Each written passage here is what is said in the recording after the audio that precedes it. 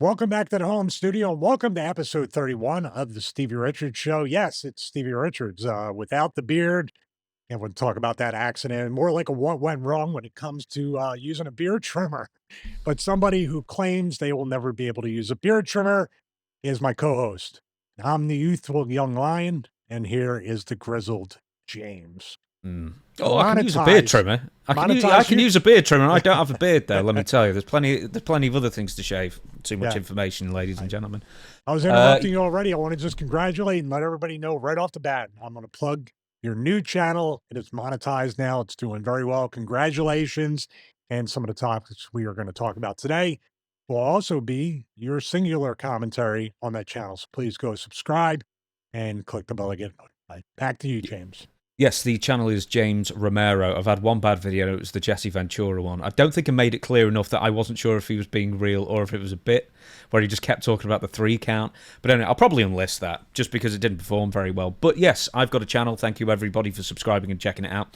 And back to Stevie's stuff. He has the fitness channel, where actually a couple of days ago, he dropped a video explaining that he had a health situation. We're going to go into more in depth in this episode as well. It sounds so contrived, doesn't it, when I'm teasing health situation, Stevie Richards, what's going to happen anyway? Drop is the good word, because I did drop. Wasn't that? But okay, right, because I'm as you know, I like to leave myself in the dark so I can hear stuff for the first time on the show, which we've sort of agreed to do. I know because you sent me a picture of yourself in the hospital, and Stevie was hospitalized.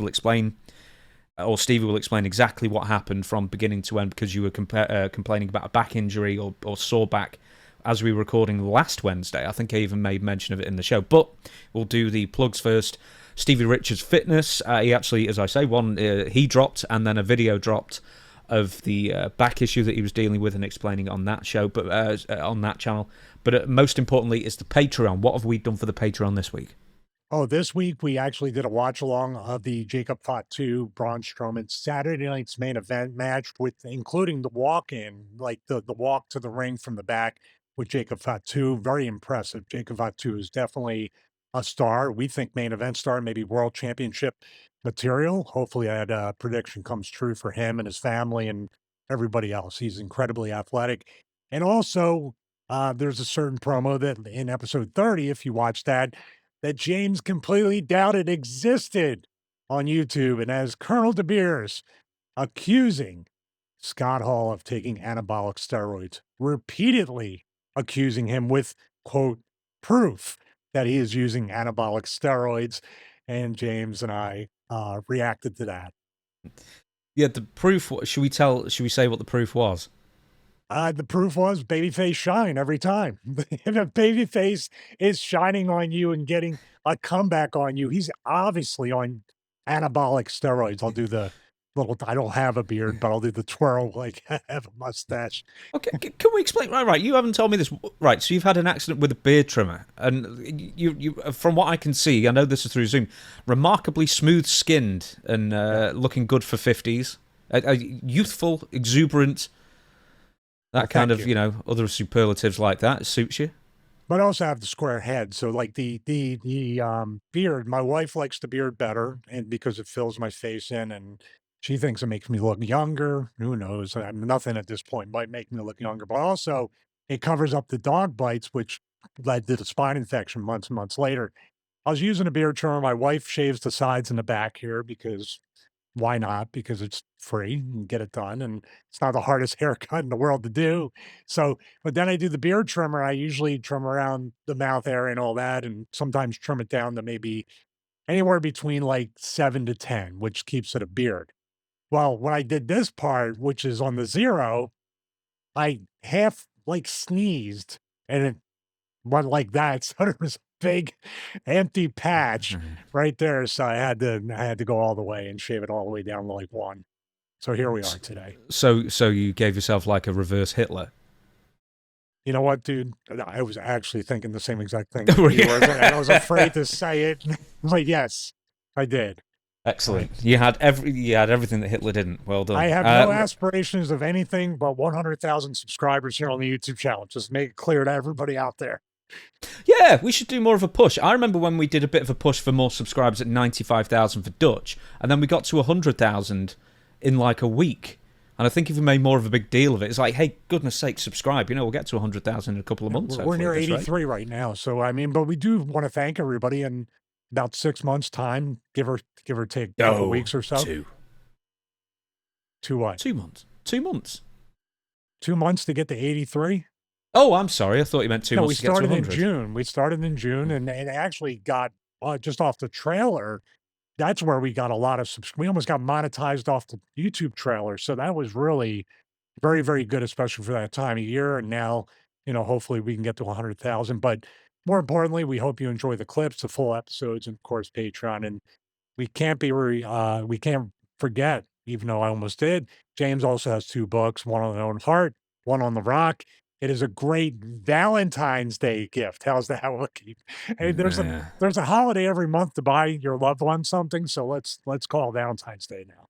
Yeah, you just get yourself one. It's fine. I did write them a few years ago. I sort of feel like I should update the rock book if I had time, but I don't. We're at a third book.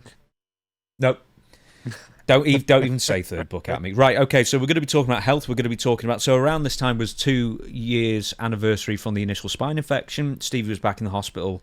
He's going to explain why. We're also going to be talking about concussions in concussion protocol in WWE and major professional wrestling companies. We're going to be talking about, of course, what went wrong, JD McDonagh, and the moonsault of all moonsaults. Oh, it was just a terrible landing as well. But first, we want to talk about one bit of news. I talked about it on my channel, James Romero channel, and I wanted to get your opinion on it as well. And this is Timeless Toni Storm, the big reveal. So you have seen the AEW Collision, and that's a point in itself, episode where Toni reverts back from her initial character, which is who has amnesia and doesn't remember she's in AEW, to then becoming Timeless Toni Storm once again. Do you want to give us sort of like a layout of the past 6-7 weeks since you returned, or would you prefer I do it? I prefer you do it because, quite honestly, I have been watching everything she's done, and it's one of those things. I said Toni Storm may be the best act, the most original act, the most well thought out with every aspect, every nuance and detail. It's a word I used to use all the time. The black and white, her commitment to the bid, everything there, I believe, was a gold mine. And then it kind of just fizzled off. And even with this Mariah May type angle, I believe the Toni Storm on her own could have still been doing things for many weeks and months, like I talked about with, vignettes, locals, giving her little spots to shine, commentary. You could have bought almost a full year before this girl even sniffed the woman's title. And you kind of like really use the express lane to do that, then it feels like the express lane from new toy to old toy, which Tony Khan just shuffles these talents around like they're action figures. Britt Baker. I mean, that's Yep. the. I mean, we don't know if she's been kept off TV because of a fallout or anything, but I mean, she's now the old toy because you've got. Well, you did have Toni Storm, and now you've got Mercedes Moné. So yeah, it's a revolving door of characters. I don't know why Toni Storm was taken off TV for 4 months at all. I don't know if she was injured. I don't know if she requested the time off. And I tell you what, there's an awful lot of people requesting time off from AEW and getting it. It's like, where's Saraya? Where's Paige? Like, where's so many? Anyway, we're getting off on a tangent. Well, let me get this point across too, because what you're saying is excellent. This is the point in modern wrestling, and I'll give Paul Heyman and Axel Rotten. I told this story before. Paul and Axel did not get along at all. But that didn't mean Paul was just going to sit Axel at home. By the way, we work, we get paid. So there's no guarantee to even sit at home and get paid. He still brought Axel in and said, I don't personally, he never said it, but you could tell he didn't personally get along with Axel. They butted heads all the time. Axel didn't like him. Paul didn't like him. That's my educated guess just from watching them interact. And I wrestled Axel plenty of times where Paul was interacting with all three of us. Very much a cold shoulder to Axel, very favorable to me. And then years later, it was, I got the feeling of the Axel Rotten treatment. With that being said, Axel Rotten was brought in to work even more to put other talent over. Paulie still saw Axel is a hell of a hand, a great talent to get the talent I want to push over, and I'm not sitting him at home. I'm using him. And of course, I'm never going to do anything with him. But what I can do is use him to get other people over. Tony Khan's not even doing that with the old toys and new toys. One last factor: modern wrestling. Tony Storm, Britt Baker, this girl, Mariah May, Mercedes Moné, anybody in the WWE does it too. Okay, we got them to this point. They're instantly and permanently over. So no matter what we do to them or don't do with them, they're staying over. Absolutely 100% wrong. And this proves it. If you're gone, no matter how long no matter how over you are, I should say, when you're gone a certain amount of time, the fans will forget and you never come back with the same amount of impact as that initial first impression. Is there anything you agree, disagree with that? Steve Austin. When he came back in late 2000 after the neck surgery, it was never quite the same. And I don't care who's going to argue with me on that. It's true. I mean, they didn't book him as well. That's the point. Yeah, that's the point, because when he got his neck hurt with Owen Hart, he raised even more hell that had nothing to do with the ring and got even more over. It was not Steve's fault. So go ahead. I'm sorry. Well, no, I was going to say, I mean, he was gone 11 months, and apart from, a brief bit of like backlash, like 5 months afterwards where he dropped, I think he destroyed the DX Express or something. And then he just disappeared again. And I tell you what, it's out of sight, out of mind. And you will find out, even Steve Austin, that the company will survive without you.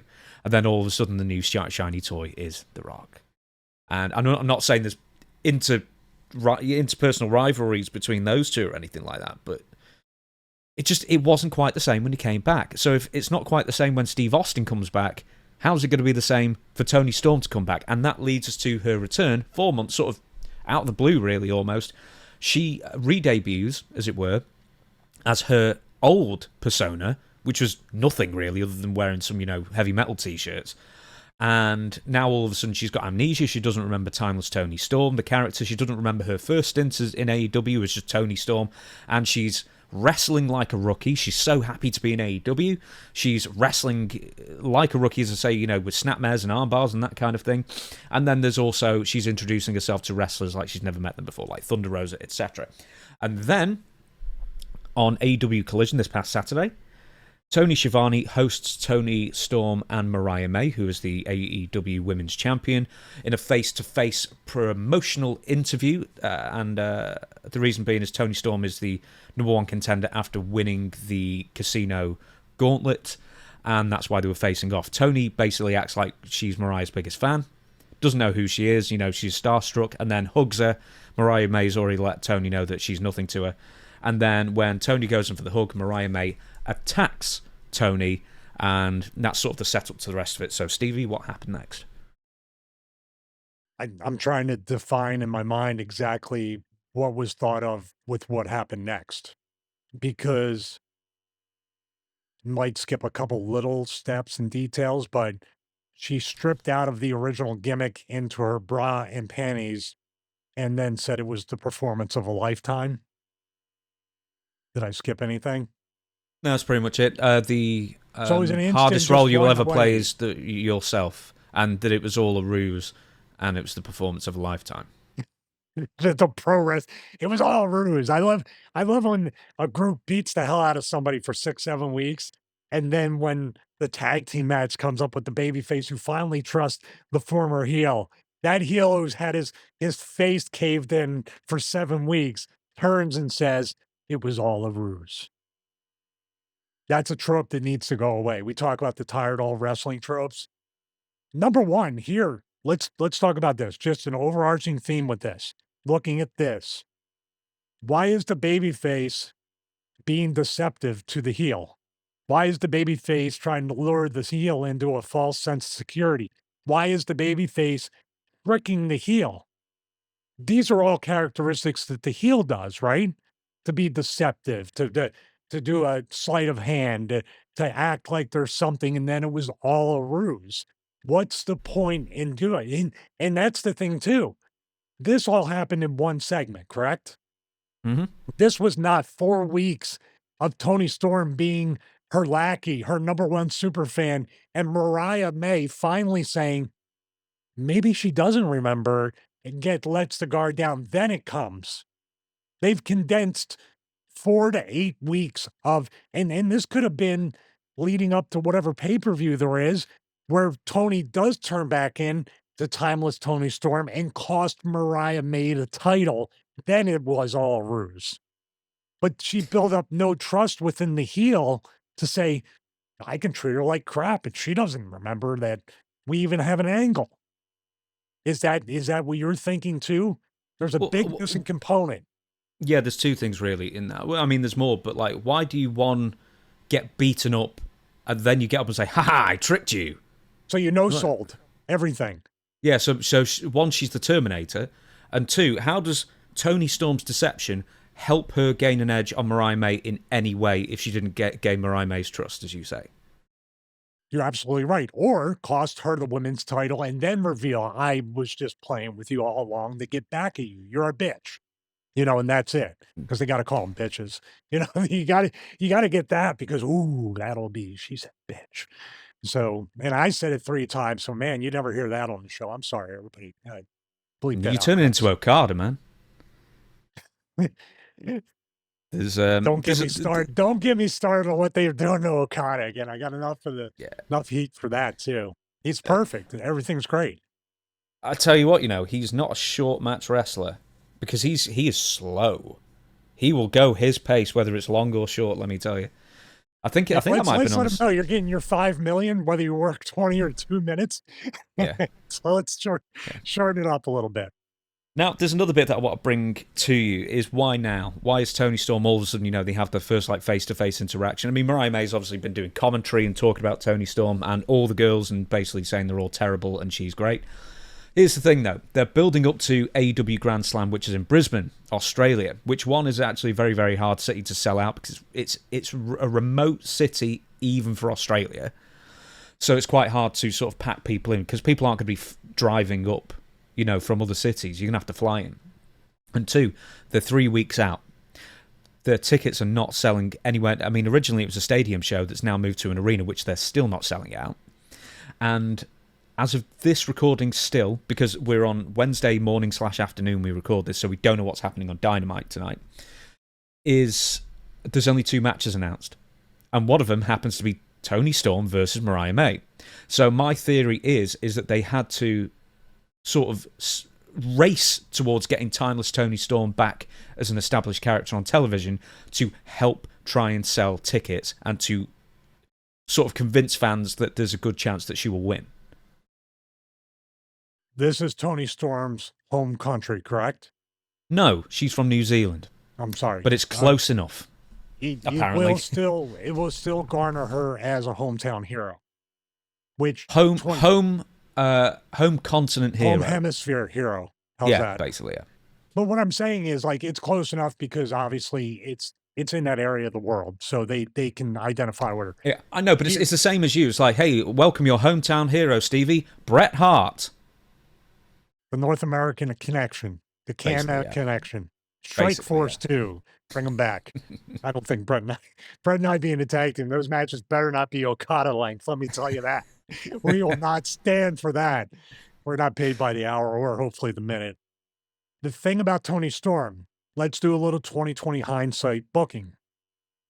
It probably would have sold out an arena and possibly sold out a stadium if she wasn't gone for a quarter or a third of the year. That's what's hurting it. And now you're hot-shotting her back to a gimmick. And let me tell you, when you try to do this a second time, people, it's a lot less impactful. It's not going to get over as much as if she was never off TV and you built it steadily up. In other words, people now are looking like, all right, it was a ruse. You're bringing her back as timeless Toni. The fans are pretty smart. You're bringing her back just to try to sell a show out. You're just rushing her back for this or that or whatever, and it's never going to be the same as the first impression, unfortunately for her. Because like I said in the beginning, they did everything right. This is like the NWO entrance with the black and white, with the the burn film grain effect, all these little things that they do to make them say, these people and her, in this case, she's not like anybody else on the roster. She's special. Well, she's so special and she's so over. Why did she go away? That's outside of, God forbid, any personal issues, family issues, medical issues, whatever. I'm talking about strictly our information. We have no idea except for the fact she was taken off TV or she needed time off TV. That doesn't mean she couldn't continue to do vignettes and things if she could physically do them. I keep putting up that disclaimer because I don't know, but you really cannot recapture lightning in a bottle the second time. And if you could, please repeat that with everybody else on the roster because it's sorely needed. My biggest issue, apart from the fact that it was on AEW Collision, where, you know, White won, I think it was 250,000 watched it, and if it was on Dynamite combining television and Max, you'd probably get 3 times the amount of viewers if you did it on Dynamite. But that's maybe the biggest issue. The second biggest issue is, why do it 3 weeks out? Because I think, you know, when you have the big reveal leading to a big show, it's sort of best to do the big reveal very close to the big show. And now you've got 3 weeks expanse of time where you have to keep on building the story, even though the big angle's now already happened. I mean, can you think of any other examples where that works better, where you have the big reveal, the big angle, and then there's tons of TV to fill time in before the big show? Well, if you booked it right and you had, all right, we got 3 weeks to do this. We need to make the 3 weeks count, boost the ticket sales, get some pay-per-view buys, whatever it might be. There was something like where people said, oh, we're going to do a surprise at the show. We've talked about this a little bit. Okay, if they've already bought the ticket, bought the pay-per-view, and then you give them the rock or you give them a surprise at the end or whatever it might be, you didn't sell one ticket or pay-per-view buy off of him being there. But if you advertise, I get sometimes, hey, it's already sold out. It already did well. Rocket is going to be a surprise at the end of like it was Bad Blood or something. I get that. But I'm saying with Toni Storm, they at least did it to try to buy some time to build up something so people will buy a ticket or the pay-per-view to see her. But the damage is already done because her and Big Show were doing the, you know, the PR for the show at the stadium, and then it got transferred to the arena. I remember seeing a clip of them like in the stadium, right, doing something for a media day Yeah, a that couple was of quite a weeks few ago. months ago, yeah. Well, they aired it. It came up in my feed. I didn't know when it was, but that's the smart thing to do. But if they did it a week out, James, unless you had something where you're selling something huge there, I don't know if they're going to get a last minute spike in ticket sales based on that. 3 weeks out, it's a possibility. Actually, she never went away. You wouldn't need to try to rush it 3 weeks out and try to do whatever you can. Mm. She should have been talking about some match. When did Mariah May win the title? All in Wembley, the Wembley show. August. So a while ago. Mm. Well, there you go. If she had injured Toni by turning on her and there was an angle off of that, Toni returns, her rematch will be in Australia. I get that, but do we even know if they're going to have they're going to have the match, I would assume, right? Mm. Oh, yeah. That's already advertised. Okay. As I say, that's one of 2 matches advertised for the arena show. I should also stress to you, this isn't a pay-per-view. I think this is a TV special, which, as of this recording, I think, we still don't know what time it's airing. I mean, these are important details. Also, are they doing the same thing that they did? It was all in. All in was Wembley. Yes, we were going to get it confused again. Then a week later was All Out in Chicago. One was a TV, one was the pay-per-view. The pay-per-view. No, both the pay-per-views. Both the pay-per-views. The way I work it out is in, out, shake it all about. So that's how you remember it's in shake you first and upside out. down in your pockets for your money. In 2 each, basically. you do 2 pay-per-views. Yeah.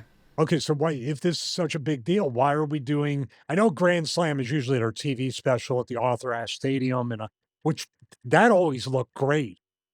They did 2 or 3 Grand Slams at Arthur Ashe.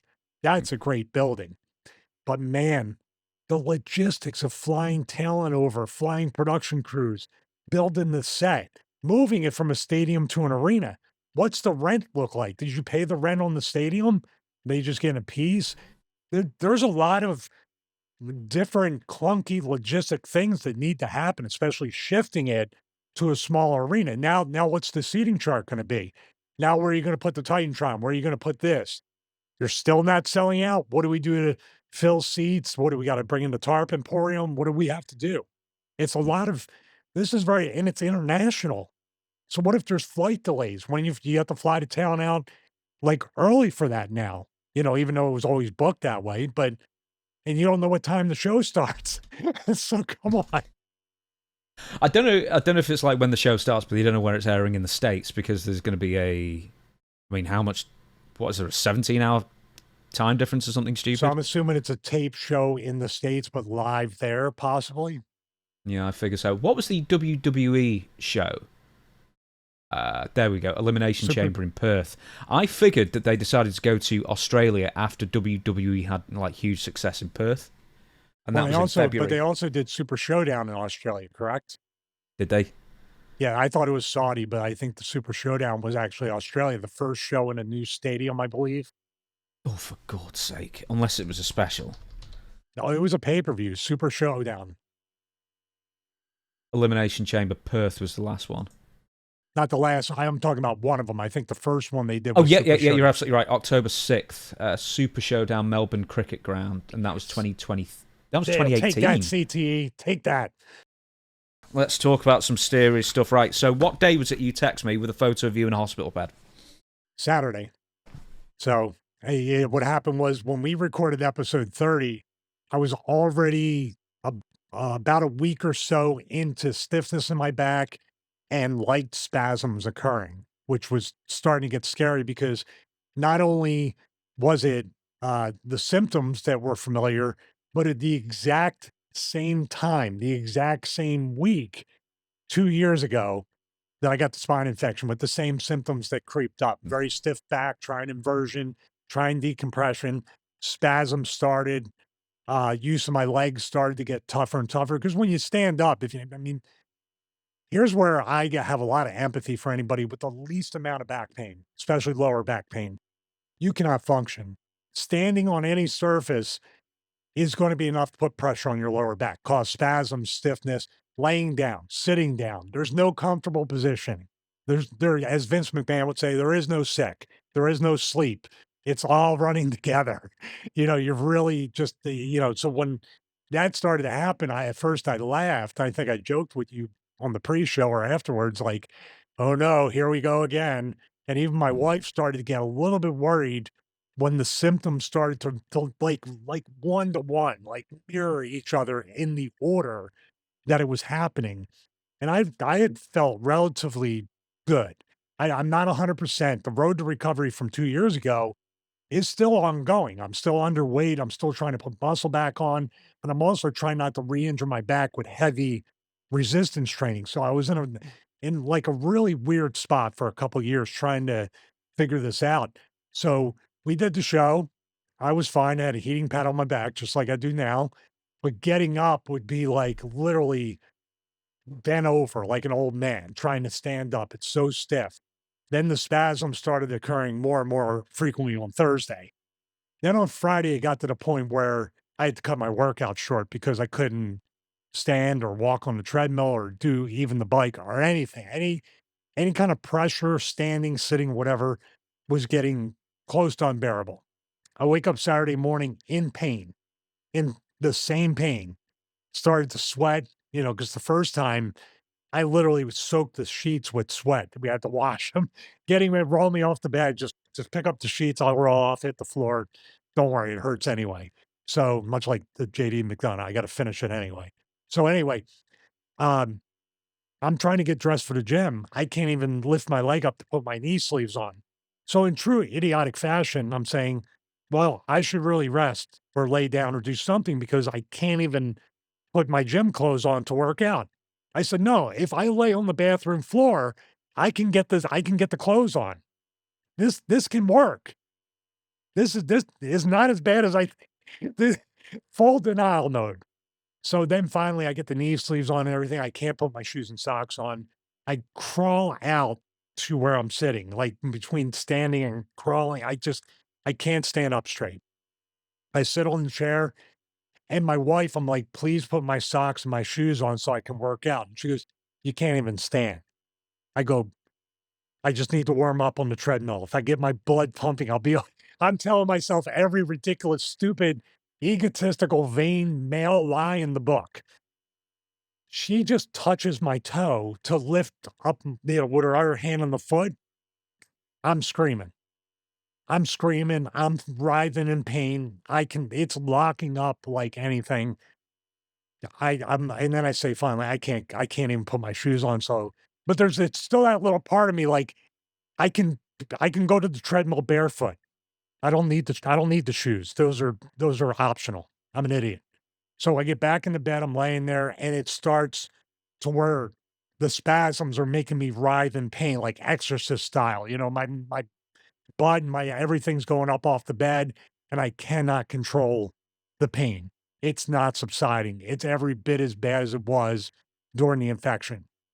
And it was like 5:30 a.m. My wife goes, "We're going to the Mayo Clinic." That's where they had found it, diagnosed it, and treated it, and all the follow-ups. So we drove about an hour and a half to the Mayo Clinic. I'm in a great deal of pain.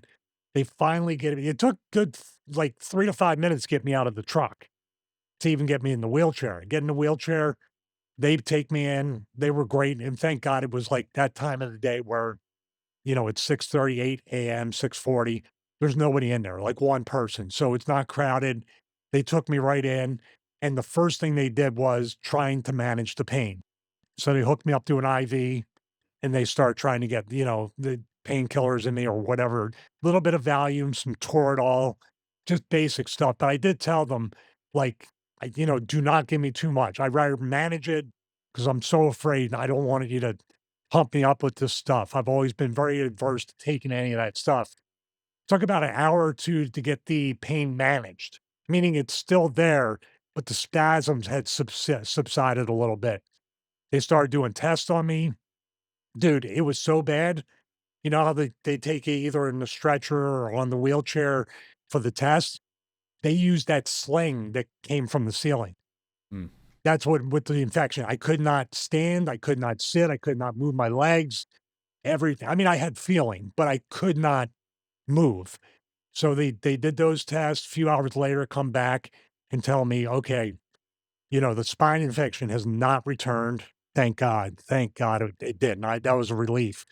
But you do have, the blood vessel tumor issue, which I had 2 years ago, which was I got blood vessel tumors on 2 to 3 levels of my spine that they can easily drain out, but they're not causing me any pain. Okay, well, yeah, when you say tumor, I'm sorry to. Are we Yep. talking non-malignant cancer in that sense, or is it another tumor kind of thing? It's not a malignant cancerous, knock on wood, but it's an occurrence with when you have, according to the interventional radiologist from the last, 2 years ago, when he took a look at me at first, those types of blood vessel tumors are when there's, trauma to your spine, which there was a slight amount of trauma through 31 years. So, or other things can happen. It can be genetics, hereditary. But, when he first looked at it, he said, this should not be causing this type of pain. And that put me on the road for them trying to find out what was going on.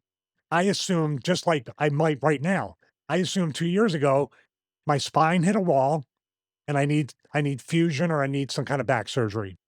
It's almost a 100% chance that if you're a professional wrestler, some part of your spine is going to require fusion or surgery. I already have this. Maybe I need to bookend them now. Who knows? So when they looked at it, they said the pain is coming from your L2 disc is herniated and touching the nerve. And just saying the words of that, I don't know if people can appreciate if something is pressing on a nerve, it's painful. It is painful. For instance, if you need a root canal and that part of your tooth is exposed with the nerve before the nerve dies, multiply that times like 1,000,000 in your spine. And that's what we're talking about. So they diagnosed that. And then they were trying to figure out for the rest of the afternoon and the evening, are we going to admit him Are we going to need to do surgery? Should we do a cortisone shot? What's our treatment plan from this point on? The pain is managed. They said, well, if we keep you overnight, all we're going to do is manage your pain. So we can send you home with some oral prescriptions, the same things we just put in through IV. And we're also going to shoot in there, I guess, a cortisone steroid type of IV shot that'll give you about 4 to 5 days of subsided symptoms. And then we'll get you in with a neurosurgeon, which I have a neurosurgeon. As you're watching this, as a matter of fact, I'm currently at the Mayo Clinic at the surgeon. We have Friday afternoon appointment at the Mayo Clinic, and they're going to determine whether they're getting me a cortisone shot or we're going to have some kind of surgery, which I'm hopefully will be minimally invasive because it's really just the disc is, I guess the disc, I don't know what you do to it, but it's got to avoid touching that nerve and I should be fine. Is, The is, it, other, is it mostly a swelling thing then? What's up with your back? Or is it like a misaligned disc, or what else could it be? I have spondylosis or spondylitis. I don't know which term, but remember I showed you the X-ray when I took that bad bump into WrestleCon where it shifted my spine laterally. That's part of the issue. Not causing me pain, but it definitely is something right now. No matter what the treatment plan or surgery or anything, it has to be an absolute complete lifestyle change as far as working out, dieting, recovery. Everything has to be this word, anti-inflammatory. I cannot do things that are going to obviously, make that worse. Anything I do to my spine has to be a lengthening, decompression, and also just making sure because I also have fused vertebrae from the spine infection, L4, L5, and also one other part that fused on its own from being a break. I had a broken back sometime during my career too. Every time I go to these things, it's like a new discovery. It's like I'm an archaeologist with my own body, and I discover some long lost injury that's like, oh yeah, by the way, you had this and everything. But I'm so thankful now, and it's a miracle once again that I'm able to walk.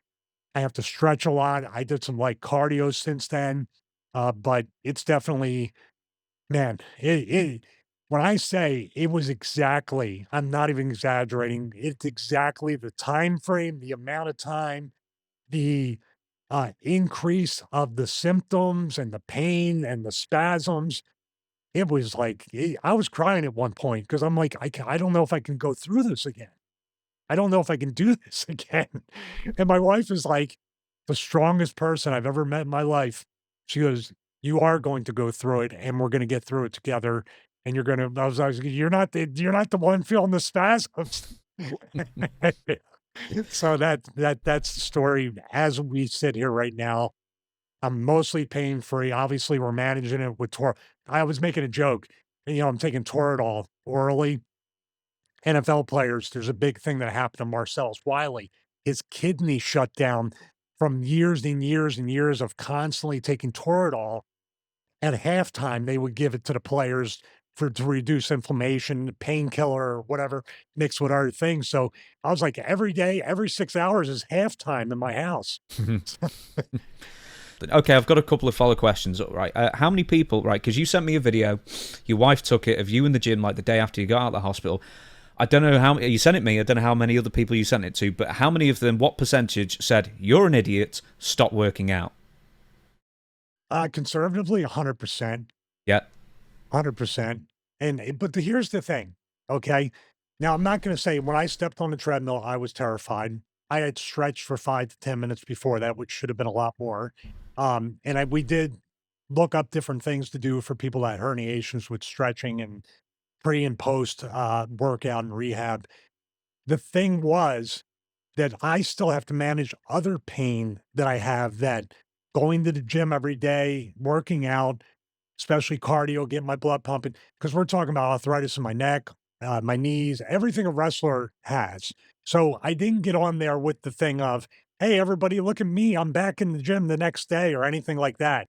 It was literally just to keep things moving. And I did not go on there long. The speed was very low.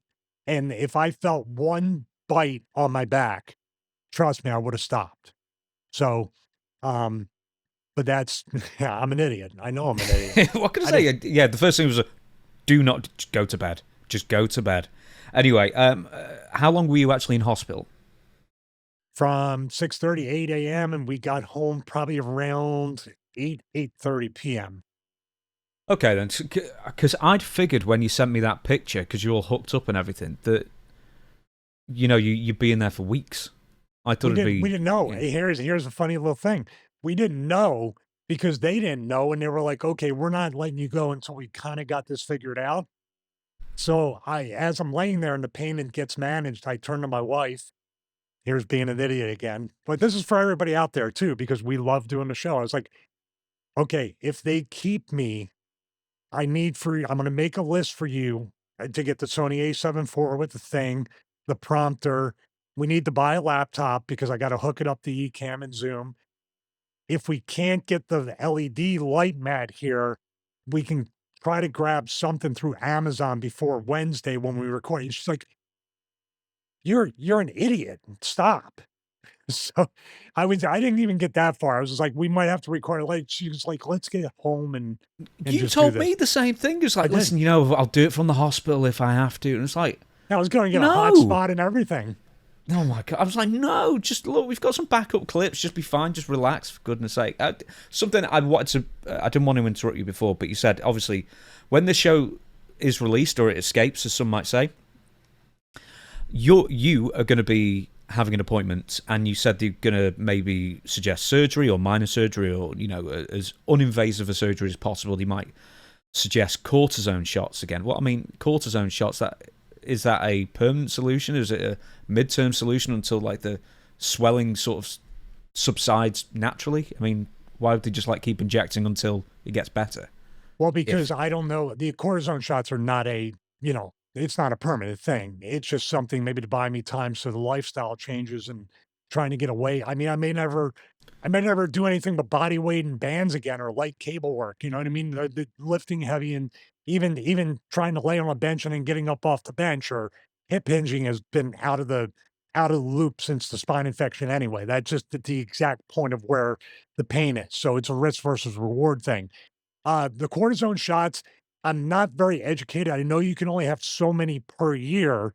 And what I believe, and I'm not sure, is you can have only so many on that part of your body or in general in your lifetime. You're very limited by those. So you have to use those very sparingly, which I would do anyway, because the cortisone shot, it's not a fix. It's just to alleviate the symptoms so I can try to strengthen all that stuff around me. Because here's the thing, too, the part of my back that's injured, spine infection ridden, whatever it is, if that is not strong, my core is not strong. If my core is not strong, that's not strong. So I have to now, so all these modalities like stretching, yoga, I'm going to try Pilates. I have a Pilates reformer.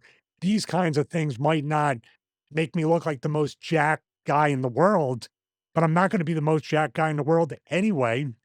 Colonel De Beers says how you can do that, but I'm never going to be anyway, and I'm not going to be if my back doesn't function. Not going to be anything. So that's where I guess they could do something, and that's why I'm saying minimally invasive because I don't want to get cut. Once you get your neck cut in the back, once you get your back cut, you know what I mean? It's a whole different ball game about your recovery time and everything. My hope is it be something microscopic, laser, just pinhole type thing if it is surgery, and we'll go from there. If it's not surgery, it's just now every single workout and every single meal, every single bit of recovery is physical therapy. And I have to live in order to be I function properly for the people that love me, so I'm not a burden on them. And also, look at the positive of everything. If I was hospitalized, it would have been the first Stevie Richards show from the hospital bed. It would have been like a special. there's one of I would have never let that You happen can laugh. unless you live stream from there. I would have never have let that happen in a million years. I'd be like, no, it's like you being in the gym like straight afterwards, like just someone just come around and pin you down. You need to be duct taped to like a Your bed or a first chair or clue that something. there was something wrong with me was the fact that 19 years old, I decided to become a professional wrestler. Yes, That's all you needed to know right yes. there. Do you know, just to bookend that, and this will go into our next subject as well, and it's one of the best lines, best sayings I've ever heard, is a healthy man or a healthy person has 1,000 wishes, a sick person has one. Nothing more accurate than that. Nothing more Absolutely. accurate than, people use the cliche, at least you have your health. Yeah, I'd say at most you have your health because it is the most important thing.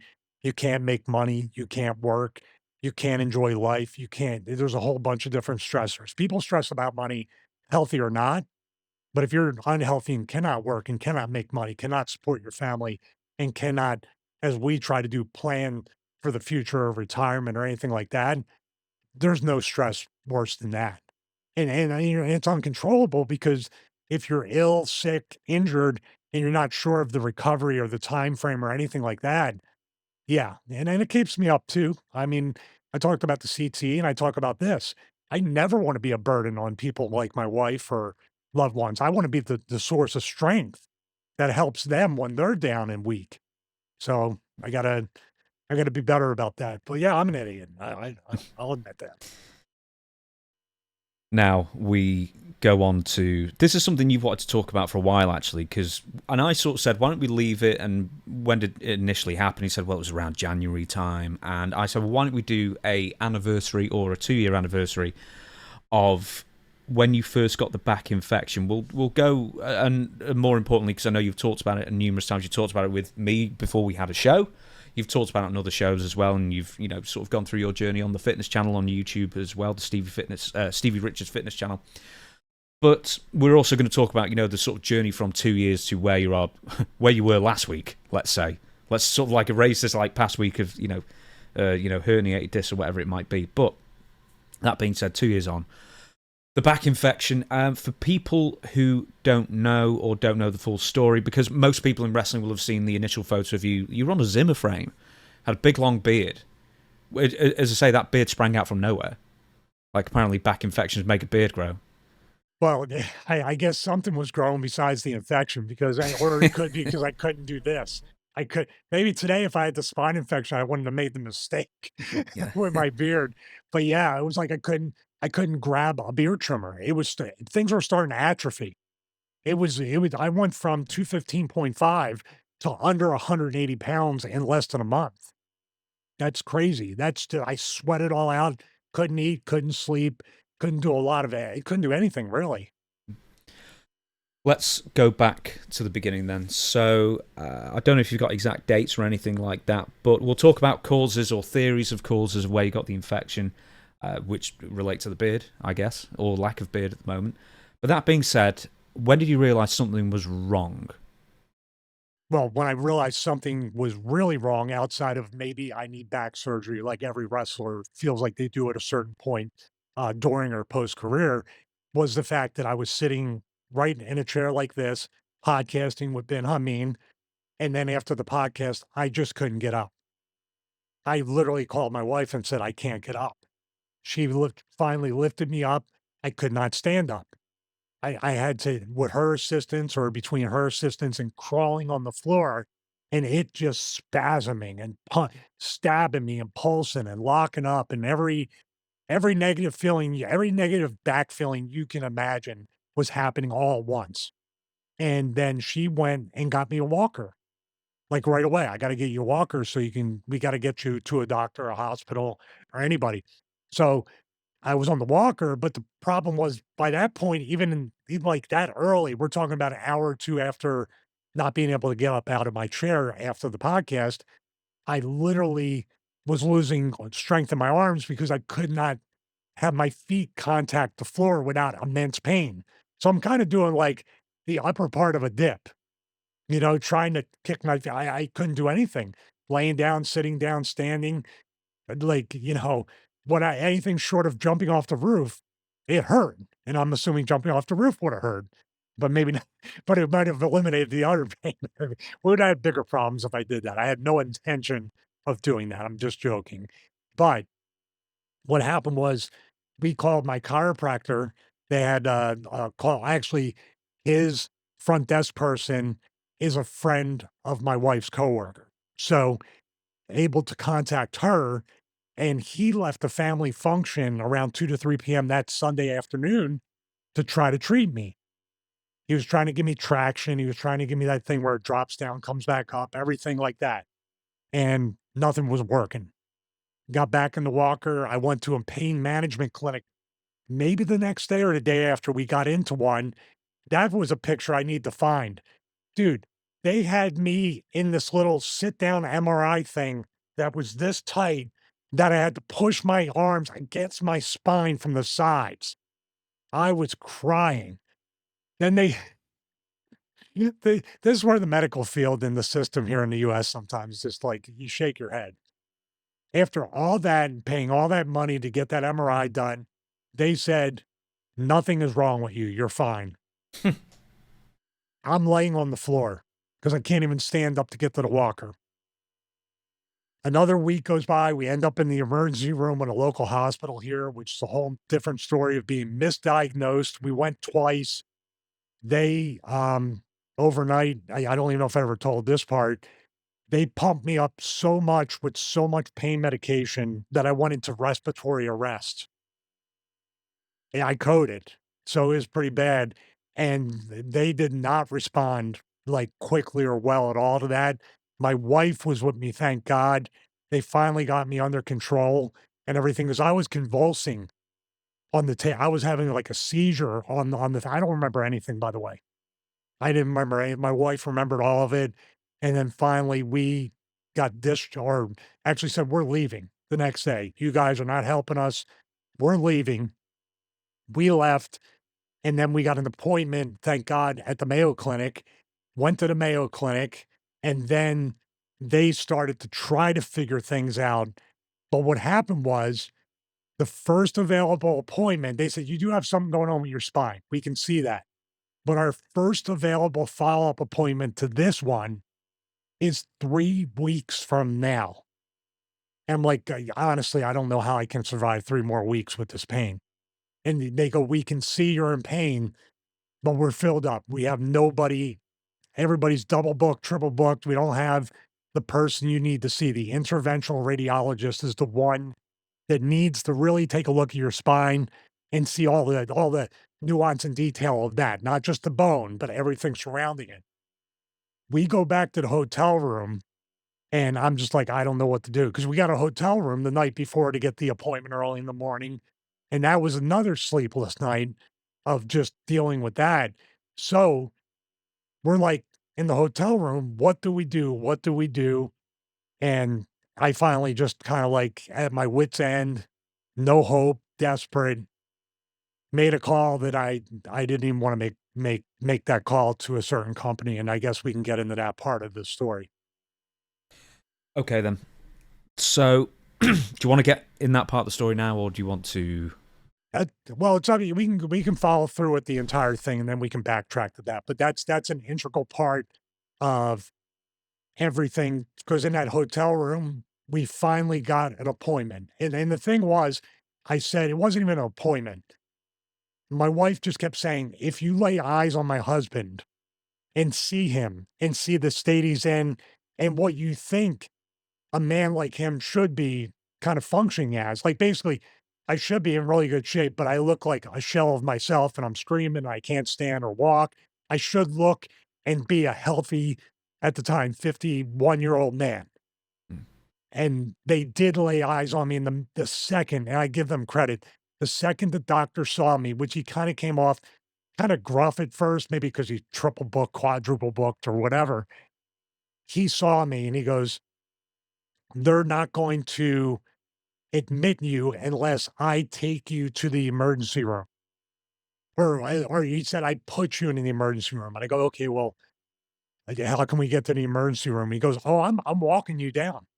So out of all that, this dude, and like I get emotional thinking about it, had his eyeballs up to appointments and people, everybody suffering, everybody having a problem. I saw people in the waiting room.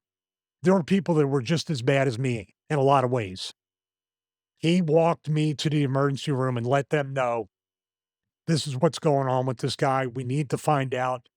He's in a lot of pain. Manage the pain and admit him to the hospital, get him a room, and I'm going to take the lead in trying to find out what's wrong with him. So within an hour, they had my pain managed. I finally fell asleep for the first time, seemingly in 3 weeks or more, and they got me to a room. And that expedited care was also duplicated this past Saturday to get me right, not into a room, but into a room in the emergency room, get everything managed. Let's get the guy, let's get him comfortable, and then let's start trying to do the tests. In most hospitals, it's like, let's do the test and then we'll start managing the pain and giving them medication. So they definitely did it right. Yeah, I don't think it makes any sense to leave out the story till the end, so we might as well go to it now. So, you've told me this story off air, we've discussed it, and this is one of those things where I always say, do you want to tell it on the show, or ask you if you don't want to tell it on the show? And you said, no, I think we should at some point. So the company that you are alluding to, that you called out of desperation when you're sort of screaming on the floor in the hotel room, is WWE. That is correct. And I want to preface this. I'm probably going to bookend it and then put it in the middle a few times so people don't get the wrong idea about this.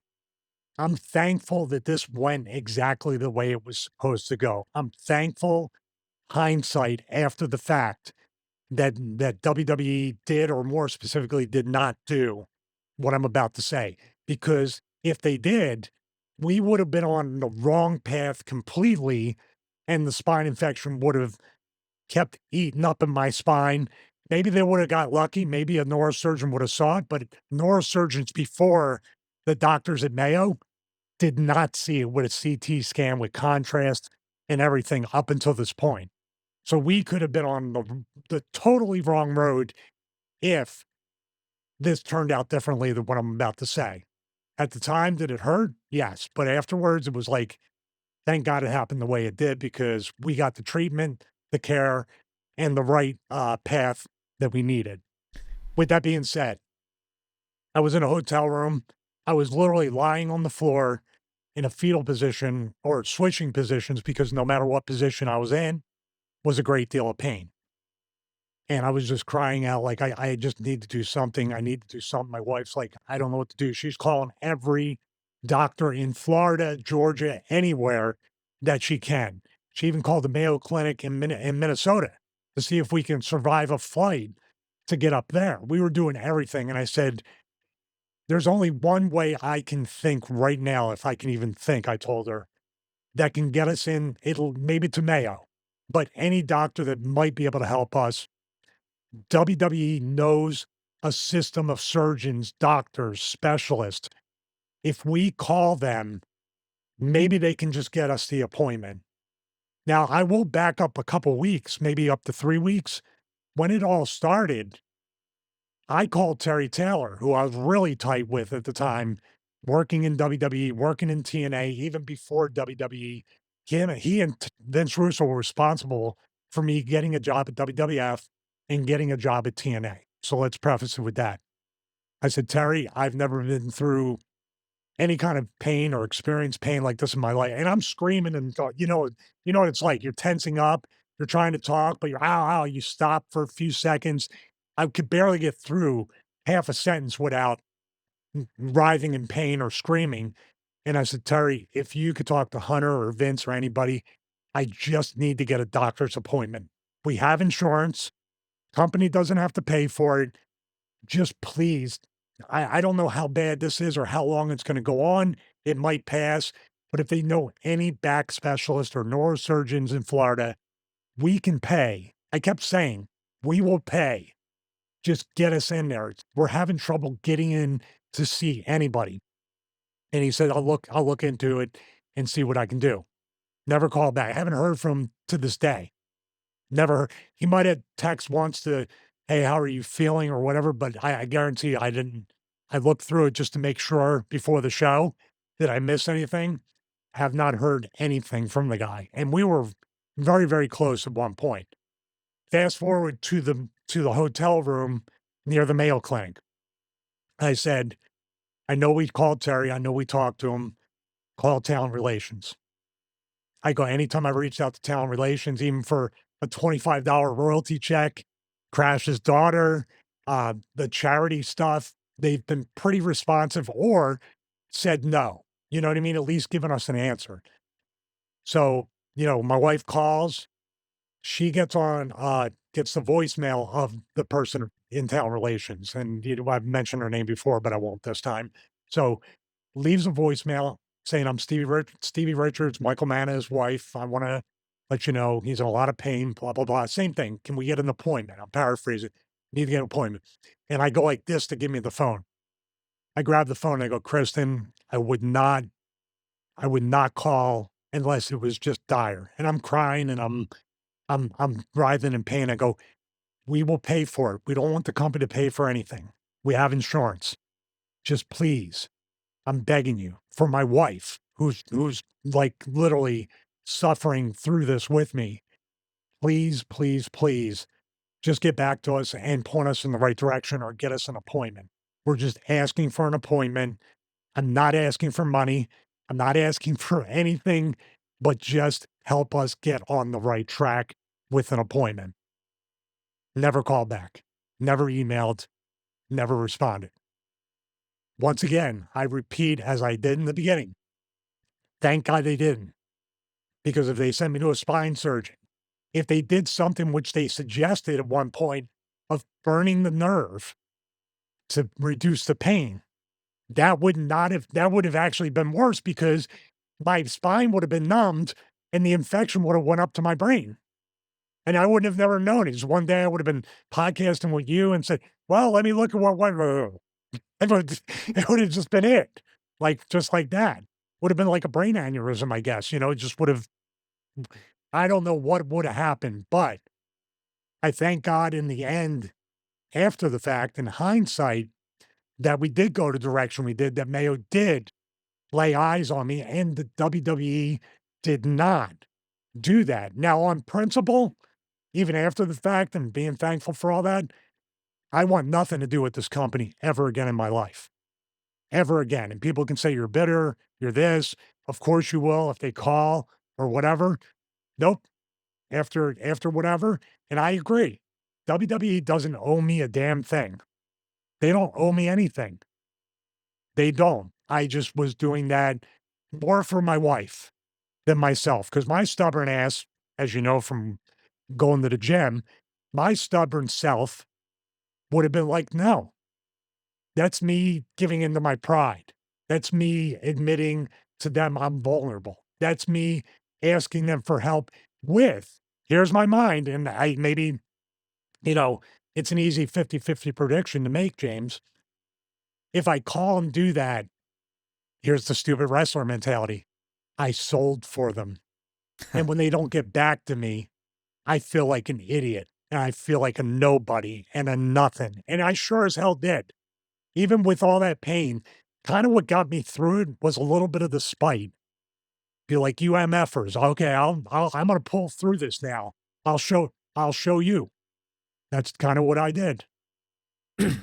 Is it in your mind? Were you also thinking, back in was it 2016 when Mark Carano called you, and then you called them back, and it's the I sold for them thing again? Yeah, 100%. And here's the thing: some people have said to me, in within my circle, and even people in the wrestling bubble, well, you shouldn't have been doing the Russo show, and you shouldn't have been criticizing the product. It almost like you know what I mean? Like it's too like that is okay. Well, he said this person took a bad bump, or this person's gimmick's not over. You can die. You know, Hmm. that's kind of the. I mean, that's fine, dude. It's totally fine, and that's the thing is that I'm very thankful for that. But like I said, the principle, the whole thing, and you can call it bitter, you can call it spiteful, short-sighted, or whatever, but I don't need that in my life anymore, and I don't need those people, and that's the thing. And there's no agenda with that. Like this show, we do our best to not have an agenda on anything. I'm just giving you I more so, it's not even more so you guys are jerks. You guys are heartless. You guys, because they've done plenty of things for people that have talked much worse about them. They've done things for Road Dogg and Billy Gunn and Scott Hall and tons of people that have crapped on the company a lot worse than me. I'm not saying Scott did, but there are many people and many people that have never worked for the company have been sent to rehab multiple times on WWE's dime. So I'm not saying they're completely heartless, but what I'm saying is I, as a man and having some pride still left, people think I'm insecure, I'm hard on myself, but I am prideful at the same time. I don't want to put myself in a position to do that ever again, and I never will. Do you ever consider you should have been a drug addict instead? Because then WWE might have actually helped you. This is what really gets me is, so they started the drug rehabilitation program not only for apparently people who previously worked for WWE or WWF or whatever You it would want to be. know? I never got a letter. I've never gotten one. Oh, did you not? Even Johnny Swinger gets a letter every year, and he's as clean as me. Well, exactly. That's the point, though. I mean, it's a PR thing. Was it the Eddie Guerrero thing or the Chris Benoit thing or something to do with or something else that triggered that? Whatever it was, I can't remember, but it was back in the 2000s that they'd send anyone to rehab. You know, some people abused it, like Tammy Sitch. Some people did it many, many times over. It never worked, like Scott Hall, or it did, for times. But it was more beneficial for him to basically not be alone and sort of change his lifestyle in that respect. And then obviously when lockdown hit, it sort of like hit him really hard, harder than most. If I can interrupt with that, I just want to give context to that. Thank God they do it. Those demons and those addictions and those uncontrollable urges do require help, do require a program. And the fact that they have it for whatever reason, if it's PR to make themselves look good or whatever, I don't care. If you help the wrestler out, if you help whoever has the issue, then use it. I don't care as long as that person gets well again. I don't care. That's all the end result. Their intention, every company does it, even outside wrestling. Corporate America is all about that, the optics. But go ahead. I'm sorry. Well, no, that's exactly what it is. Apparently, Percocet addiction or whatever it might be is sexier than spinal infection, and therefore WWE doesn't want to know, regardless of whether it's an injury that's probably happened in a WWE ring. They don't want to know about it. And then, if you're suffering 20 years, like the sensational Sherry thing, it's like supposedly she couldn't, I don't know the full story, but, she ended up getting hooked on, what's that, hillbilly heroin, Oxycontin or Oxycodone, whatever it is, to sort of manage the pain because she couldn't afford surgery to fix whatever was wrong with her. And that's a very, very basic thing. But the thing is drug addiction happens for a reason, and a lot of those times, especially pain pill addiction, happens because you're in pain constantly from bumps you took maybe in a WWE ring. I mean, it's not, for some cases it's not getting to the root problem, and injuries happen constantly, as we're going to talk about later. The thing with drug addiction as people in sports and entertainment and wrestling is both sports, entertainment, is the fact that you can surround yourself with enablers very, very easily that tell you you're always the greatest thing ever and that you have no flaws. With me, I've always tried to surround myself with people that are almost very hard on me and always want me to do better or tell me when you're an idiot for getting on the treadmill. Like you're a true friend, my wife is, but that's what I need accountability. And as wrestlers or as Stevie Richards, not Michael Manning. Stevie Richards, I can very easily and lots of wrestlers do this. We see it with Flair and other people. Dive into the fantasy world and stay in the fantasy world and get enabled in the fantasy world. And their real life Richard Flair or anybody else, or even Michael Mann or anybody, you don't want to deal with those flaws. Nobody likes to look and say, I'm pretty messed up. I am an idiot. But thank God I have my wife to tell me, yes, you are an idiot, but you're also a good man that tries. Just don't try to do it so much to where you hurt yourself. I'm very blessed. I have people around me that keep me honest because if I had a career of a constant push and I didn't go through the roller coaster ride and go way down the ladder and didn't get humbled and didn't stay humbled, I could be a drug addict today saying, it's okay. I'm Stevie Richards and I'm getting booked. I'm signing. People love me. It's a very easy trap to get into. And I feel for the people that stay in it. Let's get back to the initial infection from 2 years ago. So we left you, I know we sort of like dipped into the WWE story in the phone call, but we left you where a doctor had walked you into, we'd call it A&E, you'd call it the emergency room ER. and finally they manage the pain. I don't even know if you remember this, I guess, but how much did they give you to manage the pain, and what did they give you? I'll tell you an interesting pain medication story where it didn't work. And this is more so the spine infection. This is how painful it was. They gave me whatever mix it was. It was probably morphine. It was probably a little bit of Toradol. It was probably the kind of the mix I got in the emergency room, which was initially was some morphine and maybe Toradol via IV. Then it was reduced to the Valium and the Toradol. And I was one saying, give me as little as possible. And then if I need more, I need more. Not hit me with everything. I've always been very aware of that. I'm no less vulnerable to that than anybody else in or out of wrestling. So I don't ever want to get hooked on anything. And we'll get to when I was recovering because we got rid of narcotics real quick and I was just taking CBD products. That's it for pain management. So they gave me that mix, but when they went to they did 2 spine biopsies, by the way. And for people to know what a spine biopsy is, you lay on your stomach with a spine infection as they're trying to put you and turn you over, and they literally have what's akin to a hammer and a chisel, and they capture a sample by hammering that into your spine. I had been given the legal limit of fentanyl to put me in twilight. That's what they give you for anesthesia for twilight, I guess. Okay. Mhm. It did not even take the edge off. I felt every bit of every part of it. I was awake. The nurse, Bryce, his name was Bryce. How are you awake? I said, I don't know, dude. But and when he was wheeling me in, he goes, oh, I heard you talking about cameras and stuff. He goes, I'm looking for a new video camera and I'm gonna go travel and everything. So as I'm laying on the table and the doctor's like, Michael, I'm so sorry. And I go, just do it. And it's a railroad spike type of sound.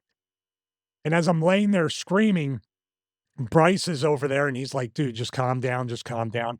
And I'm like, can you get on the internet on that screen? And he goes, yeah. And I go, let's go to B&H Photo. I'm going to pick a camera out for you because that's the only thing that distract me from this. So he got it. He got a brand new cinema camera as I was there. And he was like, and then when they're wheeling me out, I'm still screaming. They finally got somewhat of a sample, but I needed to go back again later on to have another biopsy to see if the infection was gone weeks later, which was just as painful because it was not gone. But when they were wheeling me back, the doctor says to my wife, because that's all I cared about. This is all I cared about as anything, as the vain wrestler. I'm wheeling back, and my wife's like, "How did he do?" And he's like, "None of the drugs worked on him. Your husband is tough." And all you see is me laying down, and I go like this, like, "Yeah, I'm over, brother." Right? You're the JD McDonagh of your day. This episode should just be "I'm an idiot," not the title you. Right then, let's move on a little bit further then. Who figures out it's an infection, and how do they figure it out? Is that from the biopsy? The biopsy figured out that my numbers, my blood work was all in the red. When your blood work and certain markers are in the red, infection. Just assumption, your spine. CT scan with contrast 1 week ago to the week they took it had eaten up one level of my spine that quickly. It's like a hot spot, like a white hot spot. You know, when you and me, we don't know. It looks like it might have been overexposed. They know exactly what it looks like. So right away, like the doctor wasn't sure what to do. The cultures had not come back to see if it was a dog bite, what strain of infection. And I give Mayo Clinic a lot of credit. Their culture works as a team. Their doctors do not have a God complex. In other words, the nurse practitioner looked, saw it was still spreading, saw my numbers were going more in the red, and said to the doctor, we need to put him on broad spectrum antibiotics like right now. And then we got to put a PICC line in, we got to do all that stuff. But we need to pump him up on antibiotics now. And the doctor looked at the numbers and said, you're right, let's do it. Lots of doctors wouldn't do that. They would say, you need to wait for me to tell you. I'll look at it. They went right to it. And then obviously, as we fast forward, I was in there a week. At the end of the week, they put the PICC line in, which is basically goes in through your arm, through a vein near your heart, and that's how they pump up the, antibiotics. Hey, do you want another example of how I'm an idiot and the doctor is also insane? Mm. We're putting Always. the we're putting in the PICC line, and I'm laying there, and I say to my wife, I said, "Well, wait a minute. I can't work out at all with this PICC line, right?" And the doctor was there too, and he goes, "No, you can't." And I said, "What can I work out with? Like, what am I able when I'm able to work out, what can I do?" He said, "Well, you can get a port in your chest, and then we can do it from there." And I said, "Can you give me that? Can you put a port like the chemo patients get?" And my doctor's like, "Yeah, that might not be." And everybody in the room is like, "Are you guys what's wrong with you?" I was like, and then when we went back, I was like, "Can you take the PICC line out and then put a port in? Because I'm feeling better, and I have another 4, 6, 8 weeks of this. Can I switch over?" He's like, "I'm gonna go ask somebody." My wife's like, "What is wrong with both of you?" So what if you like could only work out on one half of your body with the PICC line in one arm? Maybe you could have looked like Paul Orndorff if you just worked out one half of one arm. Yeah, well, if I look like Paul Orndorff right now, I would still feel great because he looked great even with the no, the PICC line is basically like it's kinda like anything else. If you have something where you're not allowed to volumize your muscles or increase the blood flow or pump out, it could do damage. This is my assumption. You shouldn't be picking up a weight with this arm when there's a wire running in well, this part into your heart. So, Mm, yeah, but I should get that, you? But could you? That was my question. man. I remember Man, I think my if I wife had had your a number then, my wife probably had she probably gave herself a neck injury shaking her head that entire week, like, "Oh my god. What did I marry?"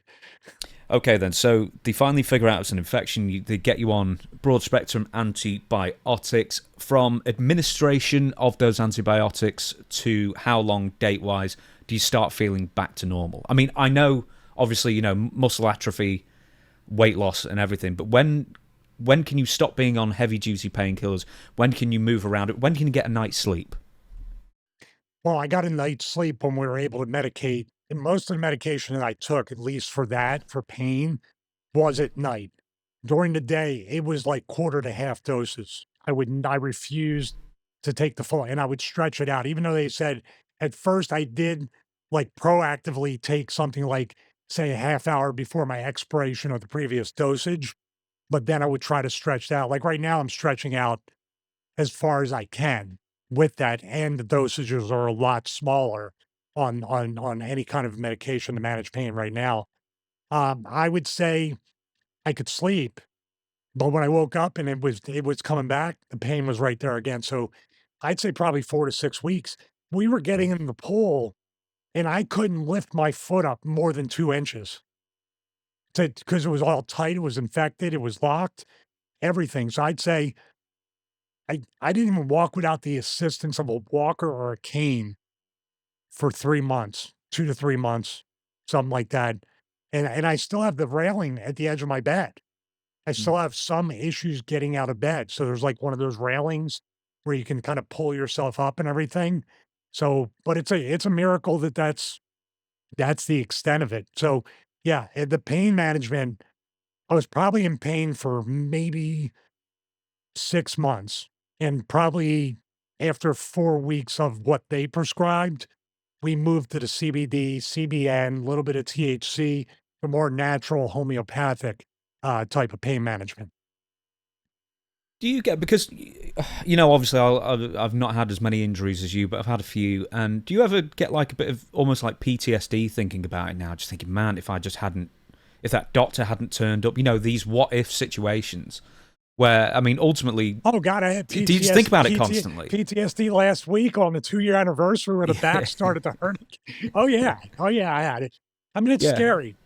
You have to when it's your spine, everything's involved. It's kinda like nobody realizes, the spine's one thing, but say you break your toe or you tear a ligament in your foot, you don't realize how that comes into play with everything, and how it hurts and how it never goes away and how it just affects taking a step, sitting down.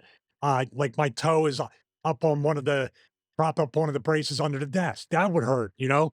Um, I still have my wife has told me, and this is just with everything that's occurred. My wife has told me once in a while because sometimes I cry uncontrollably when I think about it. It's like, oh my God, that was close. Or I see the shadow box she made of all the hospitals. You get very emotional from this. So she has said a couple times that I should maybe talk to somebody about this. But once again, I'm a stubborn idiot. So I can talk to myself all the time. Isn't that good enough? Do you, that being said, how close to death were you from it? Because I don't think people realize. I think a lot of people do because I mean they saw how just unwell you were. There's a video short on YouTube that keeps coming up for me, and it says my first steps in a month, unaided. So you couldn't walk for a month unaided, with a walker or whatever else it That was was. I mean, after that was after the hospital. So it was yeah. basically Oh, so that was a month 8 weeks. after hospital. Yeah. Mhm. Yeah. How long were you in hospital for? When the guy walked you in. Oh, a As full a sort week.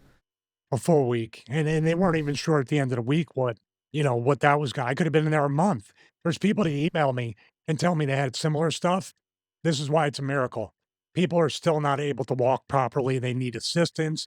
Some people spend over a month in the hospital, some people have to keep going back. Some people have to kinda be like boy in the bubble because their autoimmune system is so that's what we thought too. Is my immune system compromised constantly? Is this a bigger issue? If this came back a second time, I obviously have autoimmune issues that I need to look at. Um, but with that being said, those steps, and just to let you know, for that video, I took those steps. There was the RoboCop walk to the walker. I couldn't walk for another 2 weeks after that. It Mm. took everything out of me. So as far as being, it sure felt like I was close to death. I was losing weight. I was atrophying. I was becoming weak. I wasn't sleeping. Um, the spine infection was making its way up. This is the thing I don't know, but I do know this. It took months for that infection to travel to the spine. The second or however long it hit the spine, within 1 week, it worked its way up a level. So you do the math on that number of vertebrae and going towards my brain. Would it have sped up or slowed down? Would it have stayed the same pace? No matter what, it was eating away at my vertebrae. So at the very least, I could have lost the full-time permanent ability to walk. This could have happened. I don't it's so unpredictable once it hit the spine, what could have happened. And I sure as hell felt like I was dying because I was wasting away. So it's like literally, how should I say, deteriorating minute by minute, second by second, and day by day with that. And it's not like you're going to die from the spine infection, but the spine infection and where it's heading towards will create other issues. Was the dog bites Can I say supposition one more thing too? conclusive? Yes, I'm sorry. No, I had this thought. I'm sorry. This laying in bed, and this is something with people that are elderly and bedridden and have no use of anything, or people that spend long times in hospital beds or hospitals, blood infections, sepsis from bed sores and other infections. Sepsis is a big deal, and I know about a lot of people, elderly especially, have died from sepsis. So that could have been an issue if I was just bedridden and couldn't function. Is the dog bite theory, is that most likely, or are there any other theories of how you got this infection? Dog bite combined with the fact they closed the wound up, the same hospital that misdiagnosed me, by the way, and, with the worst misdiagnosis ever. We had talked about this is stupid.